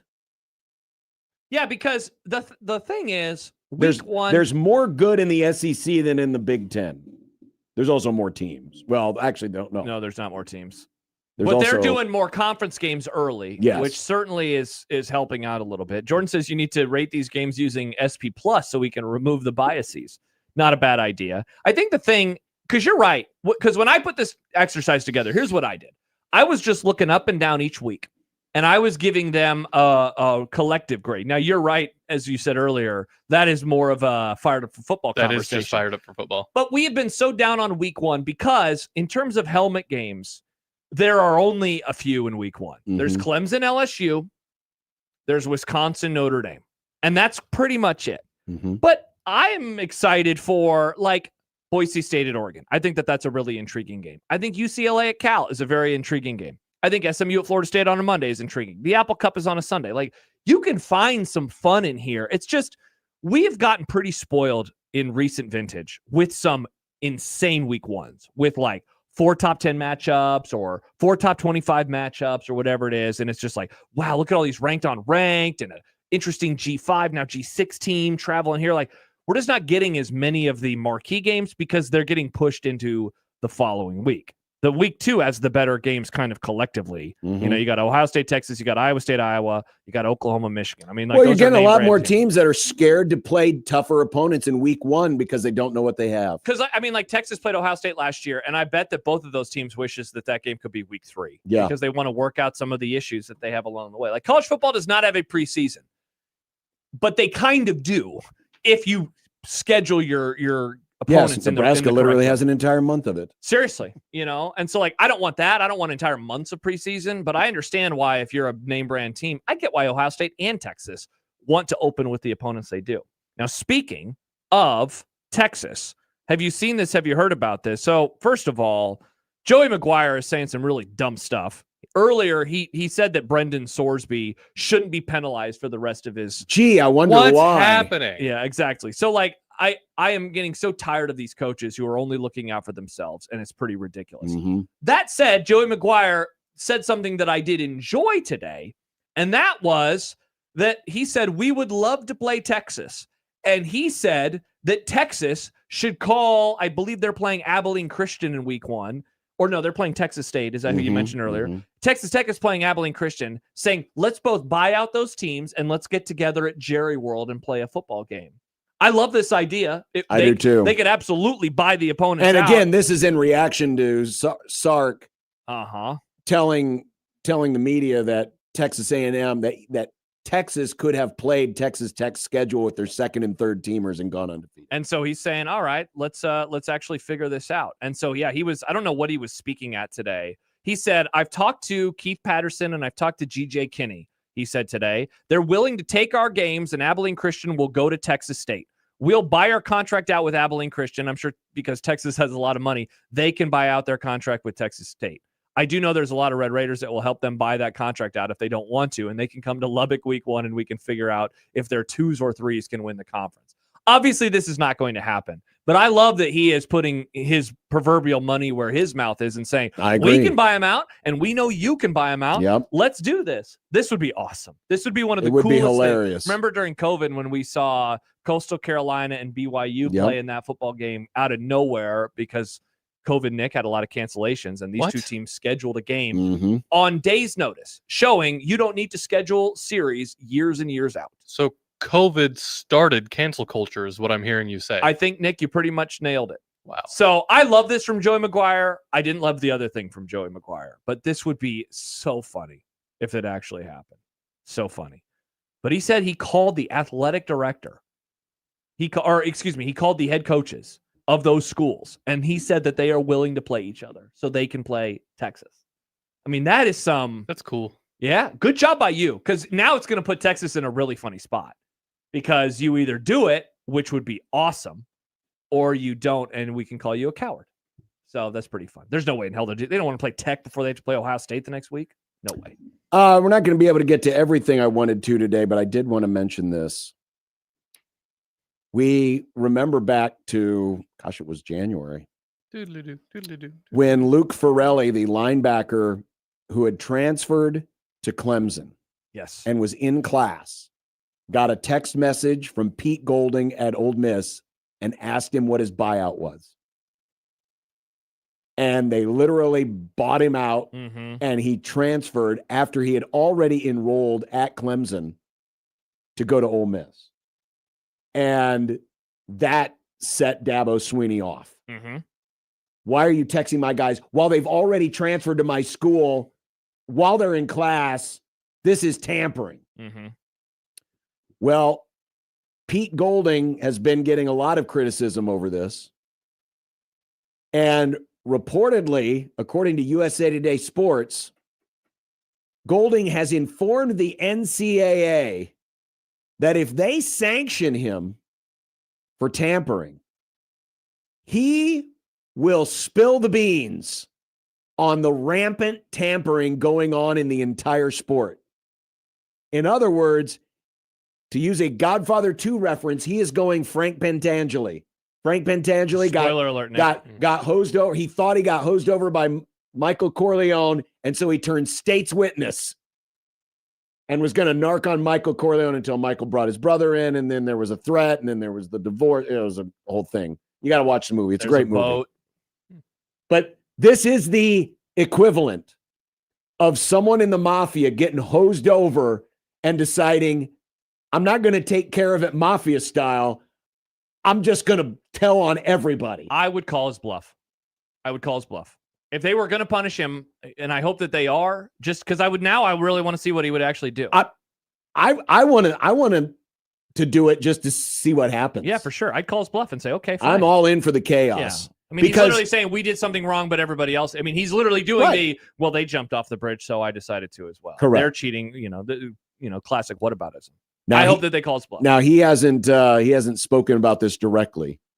He declined when USA Today reached out, but according to people close to the situation, he is threatening to go state's witness the rest of the sport if the NCAA pinches him for tampering. I hope he does. I want to see what happens. I do too. Imagine all the cool stories. There'll be many. I'd be surprised if he even did that. I bet if they punish him, he's not going to do that. Probably not. Because he'd still be breaking code. And I think he cheats enough. So you mean breaking the omerta? Is that another? That the omerta, that's the code in the mafia. I haven't seen it's been so okay. It's been so long since I've seen it. Well, it's that it was right before. It was a great joke, John. No, I other people probably laughed. I just went over my head a little bit. Yeah, me too. The more time passes by, the mafia is not dead. They've just reformed as college sports. Do it, Golding. Do it, Pete. I would love to see it. Mm-hmm. Coming up. Speaking of things we love to see, Nick Grimm reading content. It's great. Mm-hmm. Can he have the perfect content? That's what people are asking about. Well, you mentioned Texas a moment ago. There's rumors about a non-conference game. Mike Elko might be the hero we need. How did the LA Dodgers get hosed over by a dog? Oh, wow. I love dogs. And we have our first numbers in for what the baseball owners want to create in terms of a salary cap and a salary floor. I bet the ideas are awesome. All of that and more coming up in content. But first, we were just talking to our good buddy Joe from Action Network about the Game 6 tonight in the Western Conference Finals. I have already made a move. I've already moved in on some Wemby SGA. Ooh. And I think I mixed in I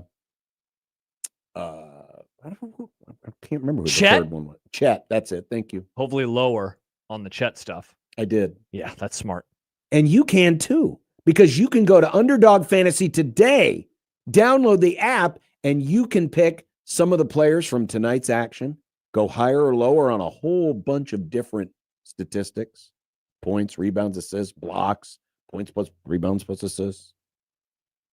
Could be first quarter, could be second quarter props, a lot of different things. And you can win up to 5,000 times your cash, and you can play Underdog in Nebraska. You can, John, and you can use our promo code 1620 the zone to score $50 in bonus entries when you play your first $5. So easy to do. You get your picks right, you can win up to 5,000 times your cash. So download the app today. Use that promo code 1620 the zone and get those $50 in bonus entries when you play your first $5. Underdog, make picks, win money. Must be 19 plus and present in Nebraska. Terms apply. See assets.underdogfantasy.com for details. Concerned with your play? Call 1-800-MY-RESET or visit ncpgambling.org.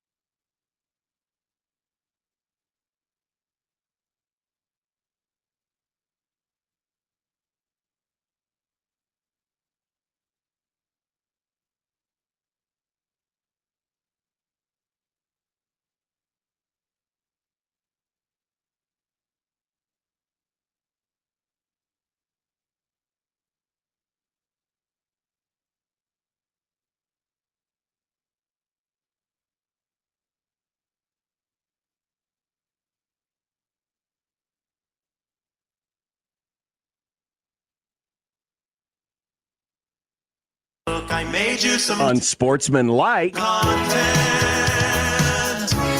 Unsportsmanlike content. Unsportsmanlike content. Content that's unsportsmanlike. Hey, reminder, we'll be in Lincoln tomorrow. Yes, we're going to be right outside the front gates. The pearly gates? Now, the odd Tell thing St. is, Peter I say hi. this is going to be one of them weird things where big events going on and we're on the air. But we've been on the air for Nebraska ball before during the regionals. Yeah, But we'll just have the been, atmosphere like we've a just few never feet been away. right outside, like 100 feet away from the ballpark. Mm-hmm. But that's where we will be tomorrow, which means we'll be there before the game starts and maybe slightly after the game starts.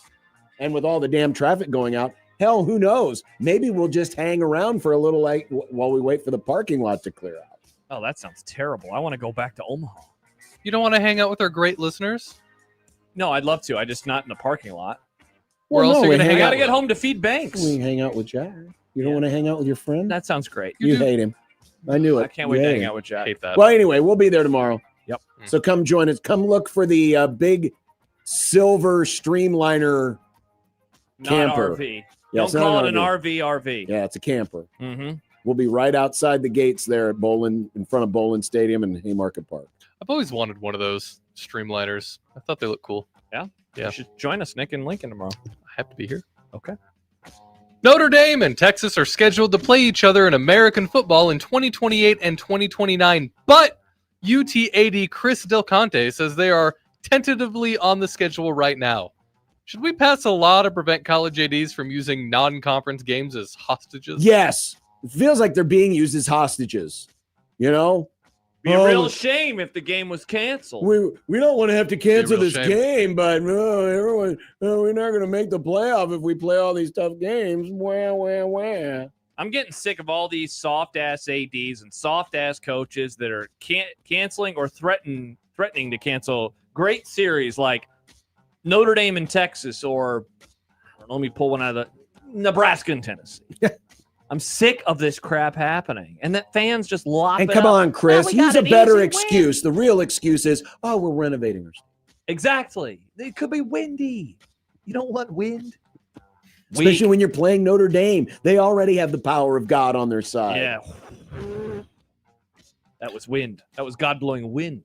What if God's favorite football team was just some random FCS school? Well, what if they? Oh, I guess it would be maybe North Dakota State. They play a lot of natties. Villanova, it's a Catholic They're not school. FCS anymore. And that's the Pope's team, so People there you forget. go. Yeah, I guess Probably that's true. Villanova. Texas A&M coach Mike Elko wonders aloud why folks care what coaches like him think about expanding the playoff. None of us are answering for the good of the sport. We're answering for the good of ourselves. Is Mike Elko the hero America needs now? It's awesome that he said that. Yes, he is. It's awesome he said that a day before Joey McGuire said, man, we can't be punishing this quarterback of mine because, he deserves a second chance.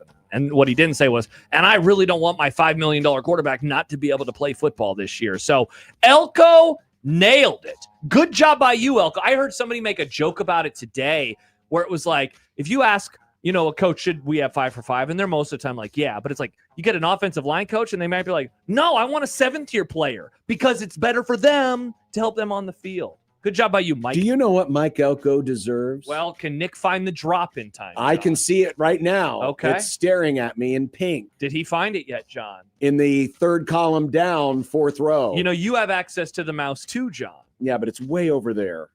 Wow. He deserves a Jack Buck. Pardon me while I stand up and applaud.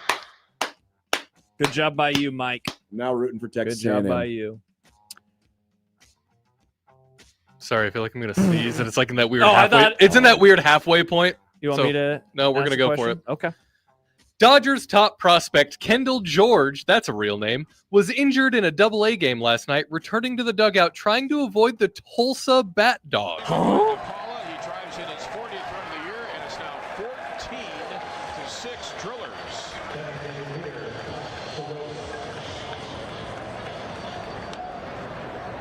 And the batter is going to be Mike Sirota. He's walked twice and scored twice already tonight, and we're in the 2nd inning.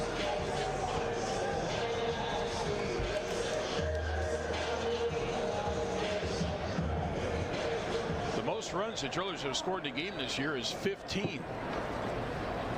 They've already scored 14 tonight. We're in the second inning. First pitch. That is a slider, low and outside, ball one.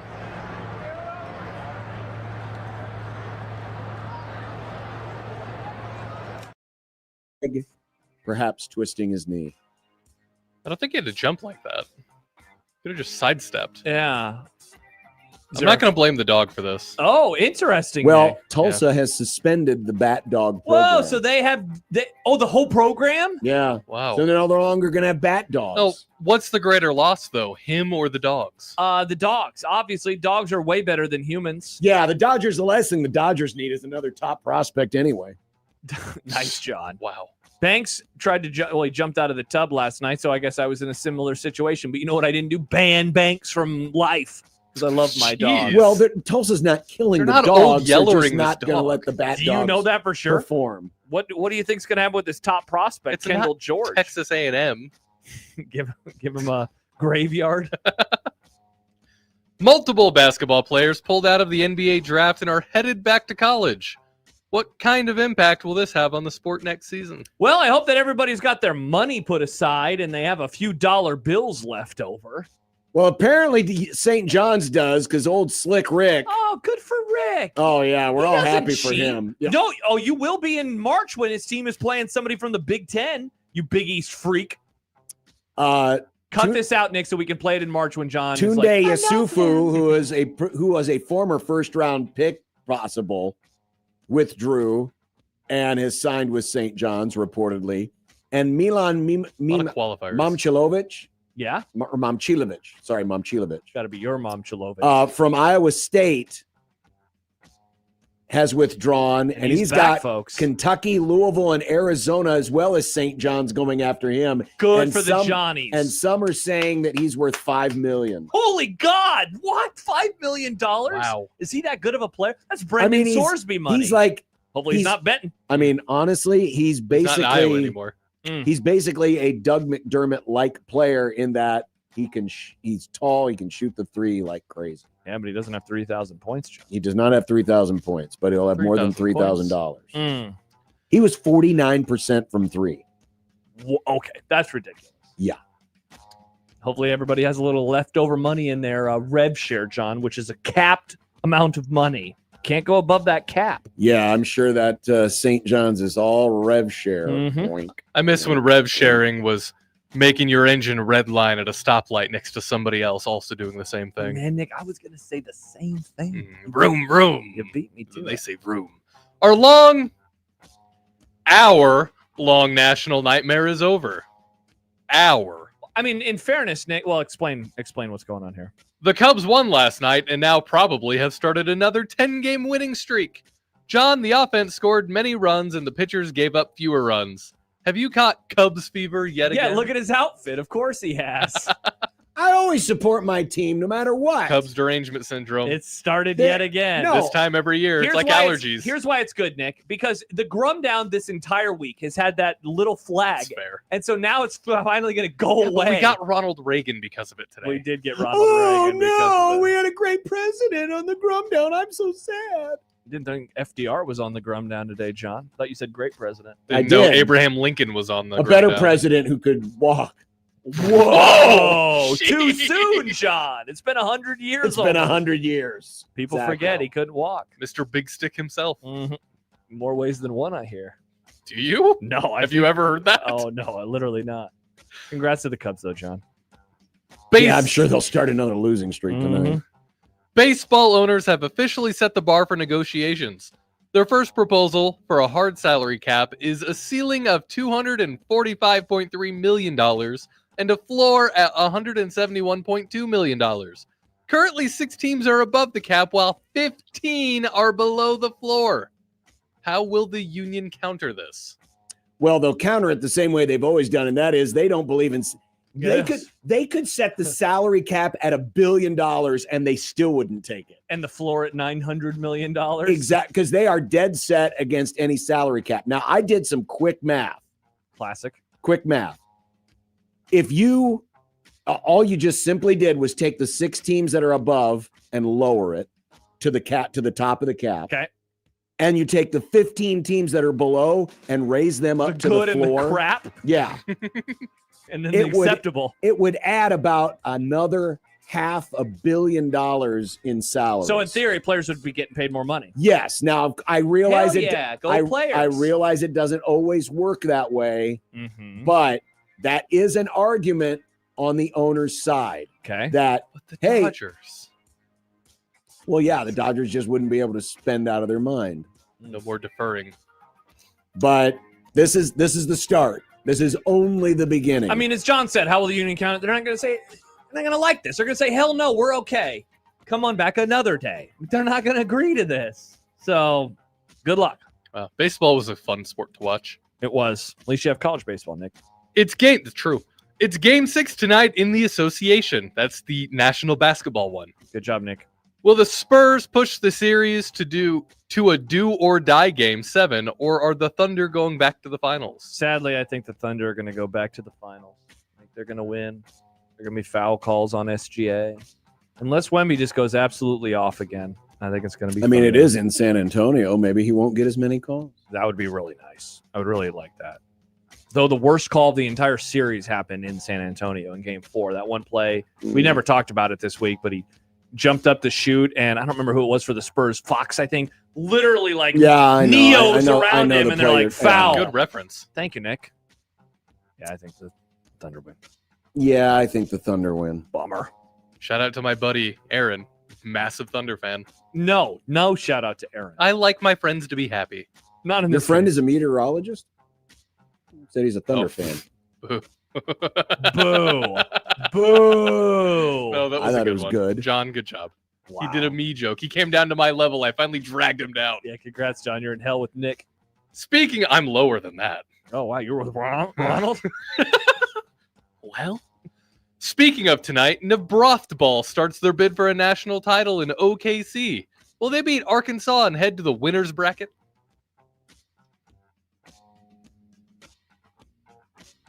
Yes. I agree. But Nebraska will only win if all of you vow to listen on 1620 The Zone. Because I know I've heard from many Husker fans over the years who say, John, I hate your calls of Creighton basketball because they're so biased. I know how much Husker fans hate a biased broadcast. You will not get a biased broadcast on Westwood One tonight on 1620 The Zone. So I encourage you to listen to 1620 The Zone, and then and only then will Nebraska win. If Nebraska loses, it's because not enough of you listened on 1620 The Zone. Also, if you're a Husker fan and you're down there right now to watch the softball, be sure to put on your jersey before the game and head to your nearest Oklahoma City bombing memorial. No, that's a different media outlet that talks about that, Nick. We don't support that. We don't support that. We support wearing suits. I'm sorry. There. Yeah. Or just normal clothes. Normal clothes. Chris in Montana says, anyone else triggered that the softball game is scheduled late? Especially after nearly 3-hour break in between the early and late game. I bet the broadcasters love the 3-hour break. I love it. That's how they do it. God, I'm sorry. But not having to turn around a bunch of stuff in 30 minutes. Remember, like these heaven. things are done for television. And the softball World Series has gotten really good ratings for Buku ESPN. ratings. Buku. So, yeah, they want these games. They want these games at good times. Prime time. I saw this, John. We talked in our last segment about Joey McGuire and calling for Texas to cancel their early season game. Oh, and play them. you're going to tell me that Texas has answered and they're going to do it? No, but Cody Campbell has added to the of course he has. Cody Campbell tweeted a little bit ago, upping the ante. Texas Tech will pay the buyout for both the ACU and Texas State games. They have decided to cover the cost of both cancellations. If Texas will agree to play them. It's incredible. Look, they are going to win the PR battle. The game will not happen, but they are owning this moment. They've already won the PR battle. Yeah, because Texas not Texas. Sark talked some junk, and He now did. they're not going to be able to back it up because there's no way they will agree to this. He did. Man, it'd be cool if they did, though. It'd be a lot cooler if they did. Mm-hmm. Listen, I get the whole trash talk thing. You talking about from Sark's perspective? Why did he do it? There's nothing worse than trash talk that you know you can't or won't back up. Yeah. It's one thing if you trash talk, like if two fighters are, jawing at each other in the weigh-in. Guess what? The next day they're going to be punching each other's face in. They got a chance to actually back it up. The stuff that Sark did by claiming that, oh yeah, we could have played their schedule with our second and third teamers and gone undefeated. That's stuff that A, he knows he can never prove, and B, he'd never try to prove it or prove it anyway. It's all just conjecture. It's all just smack for the purpose of smack. And now Texas Tech has tried to take this and thrown it back in his face. And guess what? It makes Sark look even dumber. Yeah. Because he's not going to do it. Even though he said their second and third stringers could do it. Exactly. And we never got around to talking about it. I know you had it on the rundown earlier, but the Greg Sankey and just like this bluster that continues to come from this league. Like, I know we've had a lot of fun debating them over the last few years, but like, you're not winning on the field right now. Why are you talking like this? Especially in this situation, when you're right, it's going to make Sark look dumber. It's going to make them look small because they're not going to agree to this, even after he said they're second and third teamers. Okay, then let's do ones versus ones in a regular season game, but they're not even going to agree to that, even though Texas Tech is willing to use their own money to front the cost of this game. Good job. Again, good job by Texas Tech. They're handling this extremely well. Yes, they are. Yes, they are. And again, Texas won't do a darn thing about it. And it makes them look stupid. It really does. And listen, and I'm not saying Sark is wrong for feeling that way, but you don't need to verbalize it. Yeah, what purpose does it serve? It serves no purpose other than to just try to talk a bunch of junk that you'll never get a chance to prove because you will never take the chance to prove it. You will never get this. Nice. You'll never get this. La, la, la, la, la. I hope that they play in the playoff. That would be awesome. Oh, I do too. Give me Tech versus Texas in the playoff. I wish they'd play in the regular season. I wish they played week one. That we could add that to the good, acceptable, or crap. It'd be very good. Thumbs up. That'd be a good grade, Nick. Oh, man. And that's honestly the only way Texas can win this is if they did accept it. And then they win the game. And then they win the game. That's what they got to do. And blow them out. Then they would have the ultimate, but they won't do it. Alex and Lincoln says, Texas? Stupid? Indeed. Yeah, I hate that kind of trash talk. It's dumb. I don't mind trash talk when Deion Sanders was talking smack as a player. Guess what? He still had to go out there and prove it. And most of the time he backed up his words. So whether you like him or not, you at least had to respect it. Hey, respect. You had to show it. I respect that. I respect that. This would be like, Deion Sanders saying, "Oh man, that Michael Jordan, he ain't that good. I could beat him one-on-one." He's like, "All right, let's play one-on-one and let's do it tomorrow." Yeah. But that's smack that he couldn't back up. But in this case, it's funny because Texas Tech is allowing for them to try to back it up. Yep. I love it. We will wrap up today's Grum with What's for Dinner here on 1620 The Zone.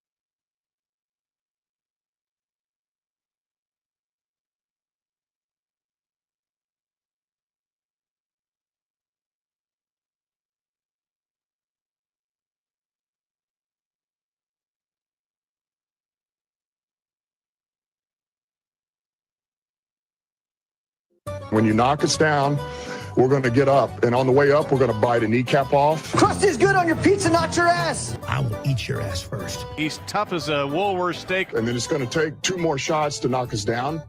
All right. And on the way up, we're going to take your other kneecap. I'm ready to hang them up, gut them, and skin them, and chop them up. You know what? I'm ready. My daughters aren't starving to death. I'll eat my neighbors. And we're going to get up, and then it's going to take 3 shots to get us down. And when we do, we're going to take another hunk out of you. Cliff, what are you going to take away as your best memory from playing basketball at Boston College? Probably just like going out to eat. Yesterday we did have the roast, but we shredded it and served it over egg noodles with gravy and a nice salad. Oh, so it's beef and noodles. Nice. Beef and noodles with gravy. What's tonight? I don't know. Tonight I'm having leftover enchiladas. Nice. But if I wasn't having leftover enchiladas, You're having a leftover what? enchiladas. No, I can't say anything anymore. You're not allowed to. Damn it! But if I wasn't having leftover enchiladas, I would go to Cheeseburgers, a takeout joint, which is this week's zone deal. Oh, Nick. tell me more, Josh. Well, it's available tomorrow morning, and you can get 9 a.m. two $25 gift vouchers for just $25. Yep. Deets online at 1620thezone.com. Plus, we have some to give away. So we'll do that tomorrow. Nice. Yep. Baseball and burgers. While we're in Lincoln. We have a variety of other contests as well that I recommend you going and checking out at 1620thezone.com. Yeah, you just need to visit the website daily because we got a lot of good stuff there. Uh-huh. Last night we had Mexican food at that place near Oakview. Oh, what'd you have? I ended up getting a chicken quesadilla. Then it comes with like this chipotle sauce. Nice. Really good. Did you have any of the chips and the I various did. sauces? Chips and the salsas. I love all those salsas. Ooh. Yeah. Tonight we're celebrating our friend's birthday. I'm not sure exactly what that entails. Wow. Yep. Great job, Nick. Yep. Platcat, shout out Platcat, who says, shout out 1620 the app. Just got me through a great gas mode just in time for the best segment of the day. Nice. Baymon says, sounds like a delicious fall dinner, John. Baymon also adds, fresh enchiladas tonight for us, Josh. And J-Man writes, burger emoji, fry emoji. Ooh. 2 burgers and fries. Now that is a meal. I love 2 burgers and fries. I love burgers and I love fries. And I love baseball and broadcasting outside of baseball stadiums instead of being inside. Why would we be inside when we could be outside? Wherever we be, we be. Hopefully it doesn't rain. That's my... Yeah, I just saw a forecast between 30 and 40% chance. Are we going to do the show if there's rain? I don't think we have a tent. Should we do the show no more? Wait, we don't have any cover? I don't think so. I don't have anything. Just do it inside the jet stream. They're supposed to have cover for us. Aren't they going to have cover for us? Oh, I don't know. Maybe they do. I guess I'll find out. We better find out. Yeah, that would be bad. We can't do that. If we're not covered, then we can't. I guess we could. I'd tell you guys, but I wasn't on that email, so I don't know. Get at it, Jack. So maybe we're in Lincoln tomorrow. Maybe we're not. Maybe we're right here. Well, I'm sure we could just dive inside of the camper. That sounds great. We'll be fine. Whopper writes. He likes burgers. It is National Burger Day. I am a burger. The fiance wanted Thai. Here is my Thai order. And it is a photo of food to go.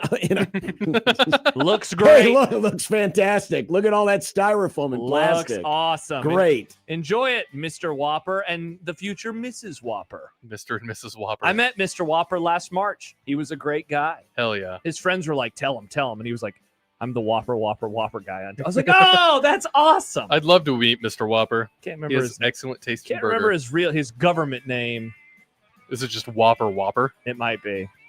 Sad Husker fan just says sit in the rain. All right. Guess No, we're sitting in the we rain can't tomorrow. sit in the rain.